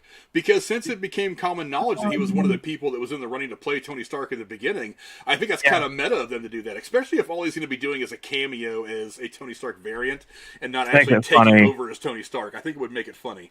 I mean, there's rumor. Did you guys hear that somebody asked Ryan Reynolds when he was out doing some press for his new movie that one's getting ready to drop on Netflix, if he was going to be in Doctor Strange, and he gave one of those really stupid answers that like gives people more questions than it does anything else. So I mean, there's a possibility that he shows up in this in some way, shape, or form. And He shows up as Green Lantern.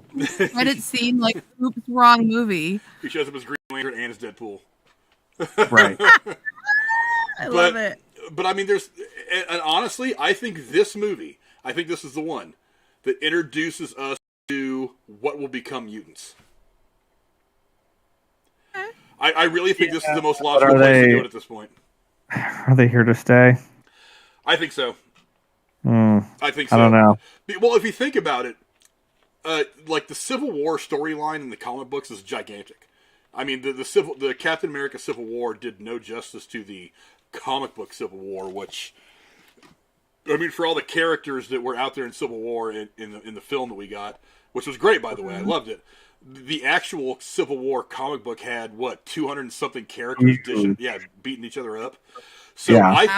I think the concept of a second Marvel Civil War was always going to be coming, and I think that what we're going to end up getting is not necessarily just a group of superheroes fighting against each other again. I think we're going to get Avengers versus X-Men, and that's going to be Marvel Civil War 2. There's going to be the superheroes versus the mutants, and that's going to be Marvel Second Civil War. Then Loki's going to come in, dial back time, and undo it all. Yeah, Loki's going to be like, hey, guys, so... I don't know what they've got planned. That could be it. I don't know what they've got planned. But yeah, I mean, this movie is going to be batshit crazy. And I just the fact that this trailer revealed so many big things, I have to ask myself, what are they holding for the movie? And because what they're holding for the movie has got to be bigger than what they put in the trailers. And what they put in the trailers is gigantic. I mean, the Xavier drop alone is monstrous. It's gigantic. It's huge. There's no before this trailer came out, you'd have never put a reveal that big in a trailer. But they put it in the trailer, which means there's something even bigger. They're saving for us.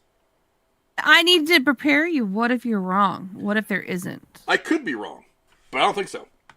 Marvel doesn't do that. I think that would be a big mistake, and that's not the kind of mistake Marvel makes. Because what would end up happening is they would put all these reveals in there, and if they don't deliver something that tops that in the movie, most fans are going to get pissed. Especially fans that are really steeped in the comic book lore and are going to be expecting something bigger than that as like the final payoff when they actually get to go see the movie.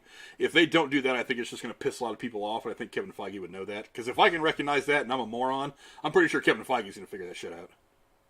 Mm-hmm. But I don't know. I mean, this movie's going to be insane.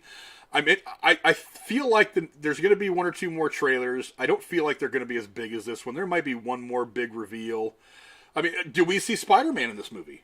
I mean, because this is supposed to be the final act in something that starts with WandaVision, went through Spider-Man No Way Home, and it kind of finishes here in Doctor Strange and the Multiverse of Madness. So, do we see Spider-Man in this? Do we see the Vision? Because White Vision flew off at the end of WandaVision, and we haven't seen him since. Do we see the White Vision come back, and we finally get some explanation as to where he's been? Or is he in a post-credit scene?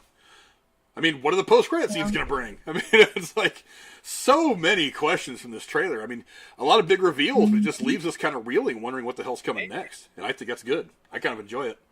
Maybe if Wanda does start kind of going off the rails a little bit, I mean, if that other Vision comes in and just kind of, reasons with her, maybe she'll stop. That'd be true. That'd be like that, what's her fucking face to like the Hulk, like the only person that really calms him down. It's like, oh shit, I could be in a blind rage, but I mean, if you tell me that sun's getting real low, it's like, oh okay, I'm gonna calm down for a second. I don't know. Yeah, I don't know. All I know is this trailer was fucking bonkers insane. I'm probably gonna watch it a couple of more times now that it's on my head after we're done with the stream here, because look. Jennifer is not my girlfriend Jennifer is not one of the people that watches trailers like I do. She'll watch a trailer and be like, wow, that's crazy exciting. And then she'll move on with her day. She watched this trailer 3 times in a row. And she was just absorbed by it. She was like, holy shit, what? What is that? Let me see that one more time. Rewind that shit. Let me watch this again. She was completely sucked in by this trailer because there was just so much. They're like you and me, like we're looking at we watch it, then we kind of watch the main thing, and then we're watching more. But then every subsequent viewing after that is we're watching every damn detail in the background, just constantly sweeping back and forth looking for something. So that's the reason. Yeah, but I don't know. Go down in the comments below. Let us know what you guys think. The Doctor Strange trailer pretty much melted everybody's faces when it came out. And they dropped it in a really weird part of the Super Bowl. Usually right before the Super Bowl is when you drop, it's the cheaper airtime. So usually they'll drop like a modest movie trailer there just because everybody's watching, ready for the game to begin. So they'll drop it there so everybody sees it and then they watch the game. So usually like second quarter, halftime is the prime spot to drop the Super Bowl trailer. They dropped it right at the beginning. They were like, we're not even waiting for kickoff. Here it is. Here's the partial trailer. Go online to watch the full trailer and really get your mind blown. And then online we went, and then there it was. What were you saying, Jeremy? Because then they know, yeah, but then on the other side of that, though, that means they know all those people are watching and they know everyone's about to go do that now. Yeah. You caught that big net of people like, ooh, wait a minute, what is that? You know, that might have been also why. Just tactically, that might have been the reason why. Yeah, but I don't know. There's so much bonkers shit. I mean, we got a touch of Marvel Zombies. We got a touch of the whatever the hell Doctor Strange, like is in the thumbnail. I mean, is he going to like in What If? Is he going to try to reverse the death of his love? I don't know. It certainly looks like that right Time now. Machine did You know not work. how that ends. You're right. Yeah. And the scary part is if you know how the What If animated stuff that just came out ends, it ends with Doctor Strange eventually just being locked in his own little bubble of time and space because he fucked everything up. Just forever. So what's the ending going to look like in this movie for Doctor Strange? Is the Watcher going to come down and lock him in his own little bubble of time and space? Be like, hey, I need your help. Yeah. Yeah. That's because then I love that somebody changed the name of the title of the movie after seeing that episode of What If. They changed it to the Multiverse of Sadness because that was a fucking deep episode. Wow. That was a deep episode. You're like, yeah, this is now the Multiverse of Sadness. Holy shit. I'm like, yeah, that was fucked. Yeah. But I don't know. Go down in the comments below. Let us know what you guys think. Did the Doctor Strange trailer mess with your guys' minds like it did with ours and so many other people across the country? Go down in the comments and let us know. Give us some of your predictions about what we're going to see in Doctor Strange, because it's going to be bonkers. It's going to be outrageous. It's going to be fun to watch. It's definitely going to be one of those movies that I'm going to go watch several times in the theaters. We also have not gotten a runtime for this yet, as far as I know. Maybe they haven't finished it yet. Maybe they're still editing it. It's possible. Usually by now, 2 months out, that movie's probably in the can. But it's possible. There's still time. They might be trying to throw people off who know. Have multiple versions. Maybe. I don't know. They're assholes like us that are like, ooh, what is it? What is it? Yeah, I'm kind of curious as to what the runtime is. But, we're going to find out soon enough. We're only a couple of months away. So bring on Doctor Strange and the Multiverse of Madness, because I am eager to see where the MCU is going from here on out. And I think we have one more topic, Lady Cora. What is that topic tonight? Well, Moon Knight is taking the Marvel Cinematic Universe in an even darker direction. Marvel Studios president Kevin Feige, did I say it right? Yes. Says of the upcoming Disney Plus series. In a new interview with Empire Magazine, Feige teases that Oscar Isaac's vigilante is physically, quote, brutal as a fighter, and that the show will mark a tonal shift from what has previously been released on the streaming service. But Feige promises that the camera and focus won't recoil from the violence. Quote, we're not pulling back. There's a tonal shift. This is a different thing, he said. And if I recall, this is going to be a 6-episode limited series starting in the end of May, correct? Yes. Yeah. Okay. So yeah, something to look forward to. And evidently right after you get Doctor Strange. Yeah, I'm really interested in this being darker and grittier, and what did he say? Will be loud and brutal. And we've already kind of seen a kind of a sign of that. That one scene in the first trailer that comes out where he's just grounding and pounding this bad guy.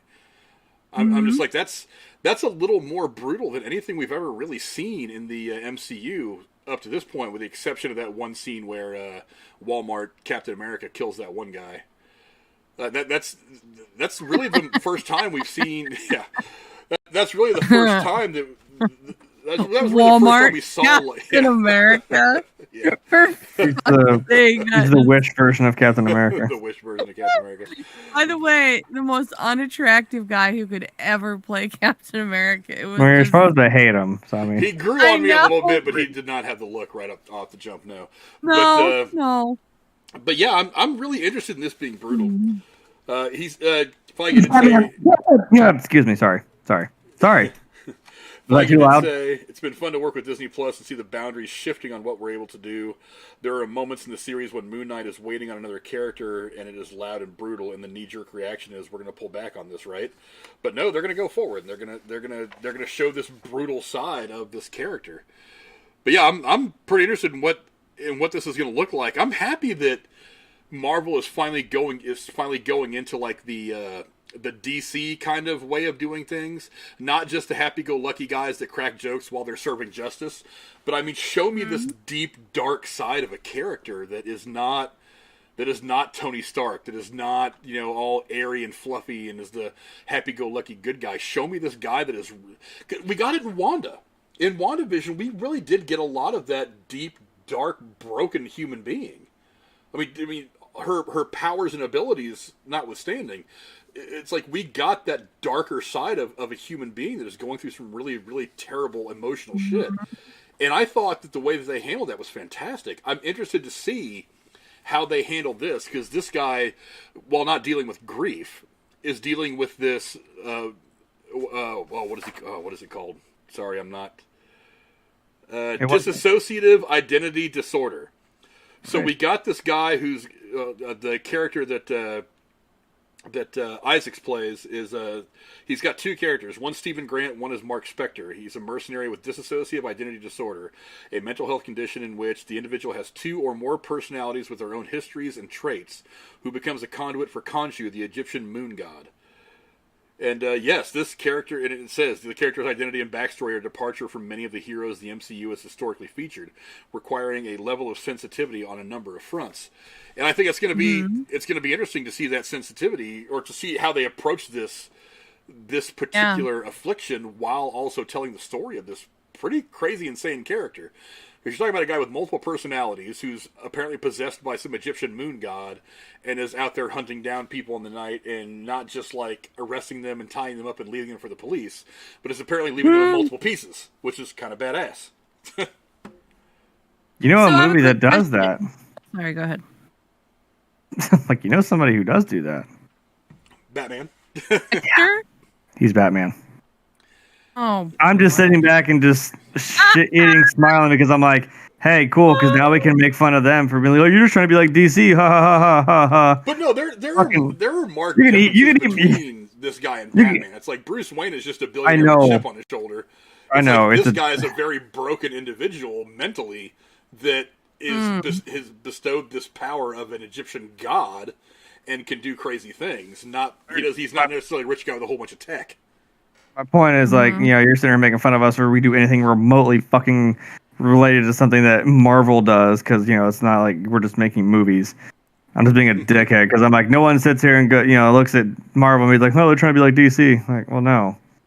And now I'm going to, because fuck you, he's basically Batman, so whatever. I think he's a little different than Batman, but whatever. I'll let you have it. I'm saying in comparison, I'm not, obviously, he's closer to Tony Stark. Obviously, he's the tech billionaire playboy philanthropist that's, got a lot of, you wonder where he gets all those cool toys. You're welcome. You're welcome. Where does he get those wonderful toys? Exactly. Fly, fat man, fly. Yeah, but I mean, when someone had, like I said, in comparison, they're like, well, Moon Knight and Batman are pretty fucking similar in a way. Maybe not just necessarily in opposites, because I mean, like, you got a whole Assassin's Creed looking fucking white getup. I mean, it looks slick as shit. I ain't gonna lie. Then you obviously got the dark tone of all black with Batman. I mean, they're kind of the yin and yang to each other. So, Like the guys who are brothers in G.I. Joes. Yeah, one wears black and one wears white. Yeah. G.I. Joe. Is that even a thing anymore? Oh boy. Oh wait, yeah, whatever happened to that Snake Eyes movie? They were totally doing origins and shit for. Didn't it fall You on mean its the one that face? was in theaters for 15 minutes and then they yanked it because it was so terrible? Yes, because I'm like, hey, what happened to that? Oh, that's right. And it's already on Hulu or some shit. It has been for like a month and a Ah, half.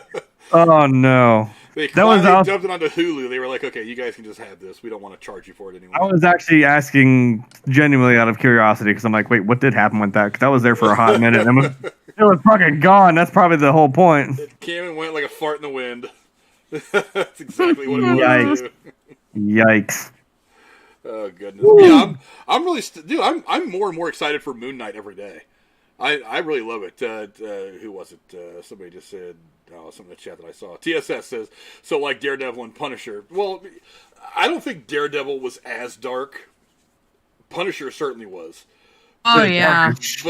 But I still think that even Punisher has a, he's got a limit. It's like he's not just going to beat the fuck out of anybody who steals a loaf of bread to feed their kids. It's like Punisher's still got, he still has a conscience. He still has humanity. Yeah, he still has a sense of humanity. Whereas this Moon Knight, I mean, I don't really know a whole lot about Moon Knight in all honesty, except for some of the stuff that I've read since I found out that all this stuff was coming out.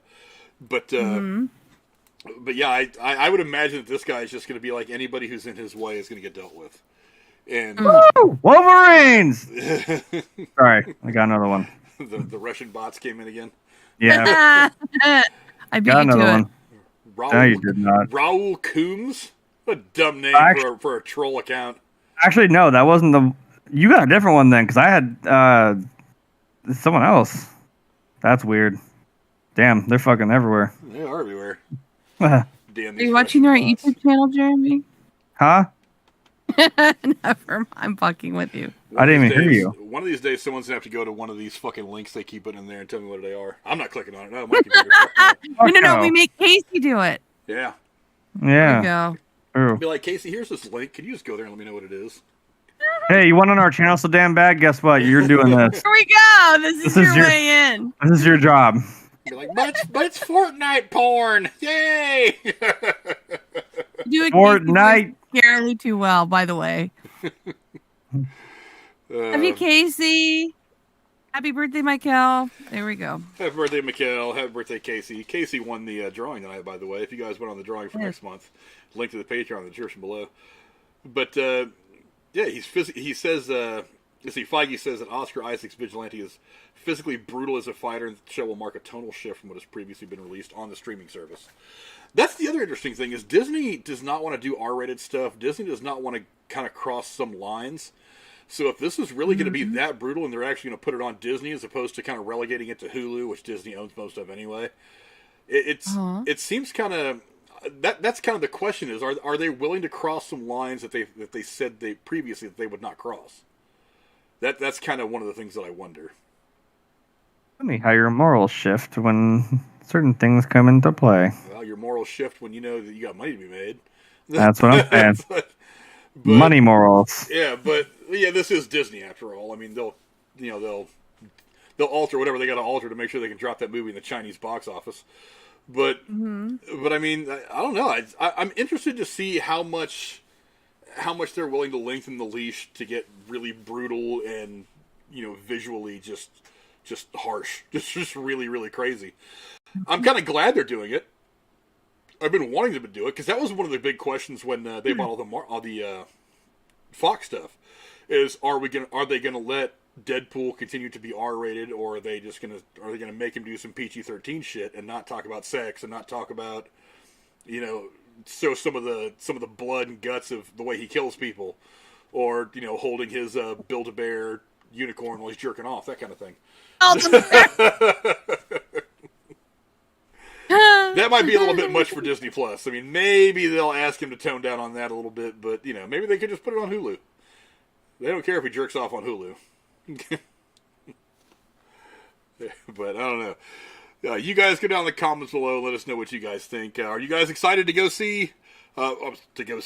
For Moon Knight to drop on Disney Plus? The 6-episode series drops on March 30th, so we're only about a month and a week away. So We're getting really close to Moon Knight. I'm actually kind of excited to see it come out. I'm really into this. I'm really into what this character looks like so far. But anyway, go down in the comments and let us know what you guys think. And that seems like a pretty good place to wrap things up. I may go find Casey and play some Fortnite. I don't know. Speaking of which, He's probably asleep right now. He probably is asleep. I'm going to blow him up on Twitter and try to wake him up. Be like, Casey, I don't care if you have to be at work at 6 in the morning or if you're still hungover from Sunday. right? Come on over and play some Fortnite with me. But that seems like a good place to wrap things up. Thank you all for coming and hanging out with us. Thank you to my awesome co-hosts who come here every week and make this show everything that it is. Lady Cora, where can the folks find you on the internet? Oh, where? You keep saying that. However, You're here. I You're mean wrong. it. I'm You're not wrong. on anywhere. This is the internet. This is the I'm internet. here on Thursday and on Drew's on Sunday. Well, that's where you are. See, that's the answer to the question. Okay. Hold on, wait. All right. I have this AK. Can I do like my "This is America" joke? But I say this is the internet. I just like sweep a whole bunch of people behind me. Is that too much? I don't know. We're not monetized, so I really don't care. Well, I mean, Is YouTube going to take away the zero amount of money they've given me for having a YouTube show? yes. Don't make it hard. Whatever. Where can the folks at home find you, Jeremy, on the internet? Well, nowhere apparently. Which means here. And You have a Twitch. You have you what? the show on Tuesday. It said- You're everywhere. I'm really not. I mean, You were on Facebook Live right before the show. hey, look, that's personal. You're That's just everywhere. me. That's just because I'm annoying people to come over here. Mm-hmm. You're welcome. No, I'm on here on Thursdays. I'm also here on Tuesdays, building the Falcon. I see something over there, and I don't want to ruin the surprise yet because it's hysterical. You'll see what I mean on Tuesday. It's Falcon related. So, there's that. There's Twitch, which, I mean, I think it does show on there, like, hey, when's the last time they were live? Oh, yeah, like 2019? So, no. Not yet, because that game is not released yet. The Lego Star Wars game, speaking of which, is, again, more and more news. It's getting better and better and better. I don't know who to reach out to for that, but I put out to TT Games, who makes it. I tried to find the guy who's the lead designer of the game. But someone put out, like, hey, who would you like to see as a variant of a character? I'm like, please put Matt the Radar Technician as a variant of Kylo Ren from the SNL skit. For the love of God, please do that. Make that a character. I don't know who needs to reach out to somebody that knows somebody that knows somebody that can make it happen. It'd be hysterical. Yeah, so there's Twitch and then YouTube. That's it. It was anticlimactic. I'm sorry. That was a whole lot of words to say a lot of nothing. There was something I was gonna, that was gonna be a magnificent end, and it wasn't. So sorry. Bottom line is, in the description below, you can find the ways to reach out to all these people, primarily on Twitter. As for me, you can see me here every Thursday going over all the stuff that is going on in the world of entertainment that interests me. You can also find me on Sundays over on the Derailed podcast, talking about all the things that are happening outside in the rest of the world. Probably bitching and pissing a lot of people off and, drinking a lot, usually on Sundays. Oh, that was Sunday. Yeah, that was Sunday. That was Sunday. Actually, no, Sunday Casey was doing the drinking on Sunday. I stayed sober to watch him act like a fool and pass out on Sunday. But as far as that, there is some other stuff coming up, and we do Tuesdays. We do have Rachel and Jeremy putting together the Millennium Falcon. The Millennials Building the Falcon has become the official name of the thing. I'm actually working on a couple different thumbnails. I actually think I might reach out to Drew's wife to make me a really cool Star Wars looking one, because she's got that is what she does for a living, is does this graphic art stuff. So I may reach out to her and see if she can make me something cool. Yeah. But, and there is some more retro reviews and some other stuff coming up. I will be talking with Cora probably as soon as we get off here about trying to schedule some times to get the Downton Abbey season reviews and review for the first Downton Abbey film put together, so that we can start to release those in the lead up to Downton Abbey: A New Era coming out in, May? I think it moved to May.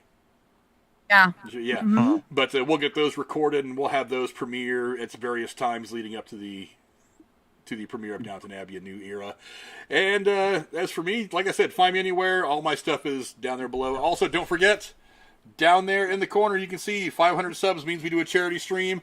I think I've got it in my head that we're probably going to do the Abandoned Pet Project. They've been doing a lot to help get pets out of animal shelters that are scheduled to be to be euthanized.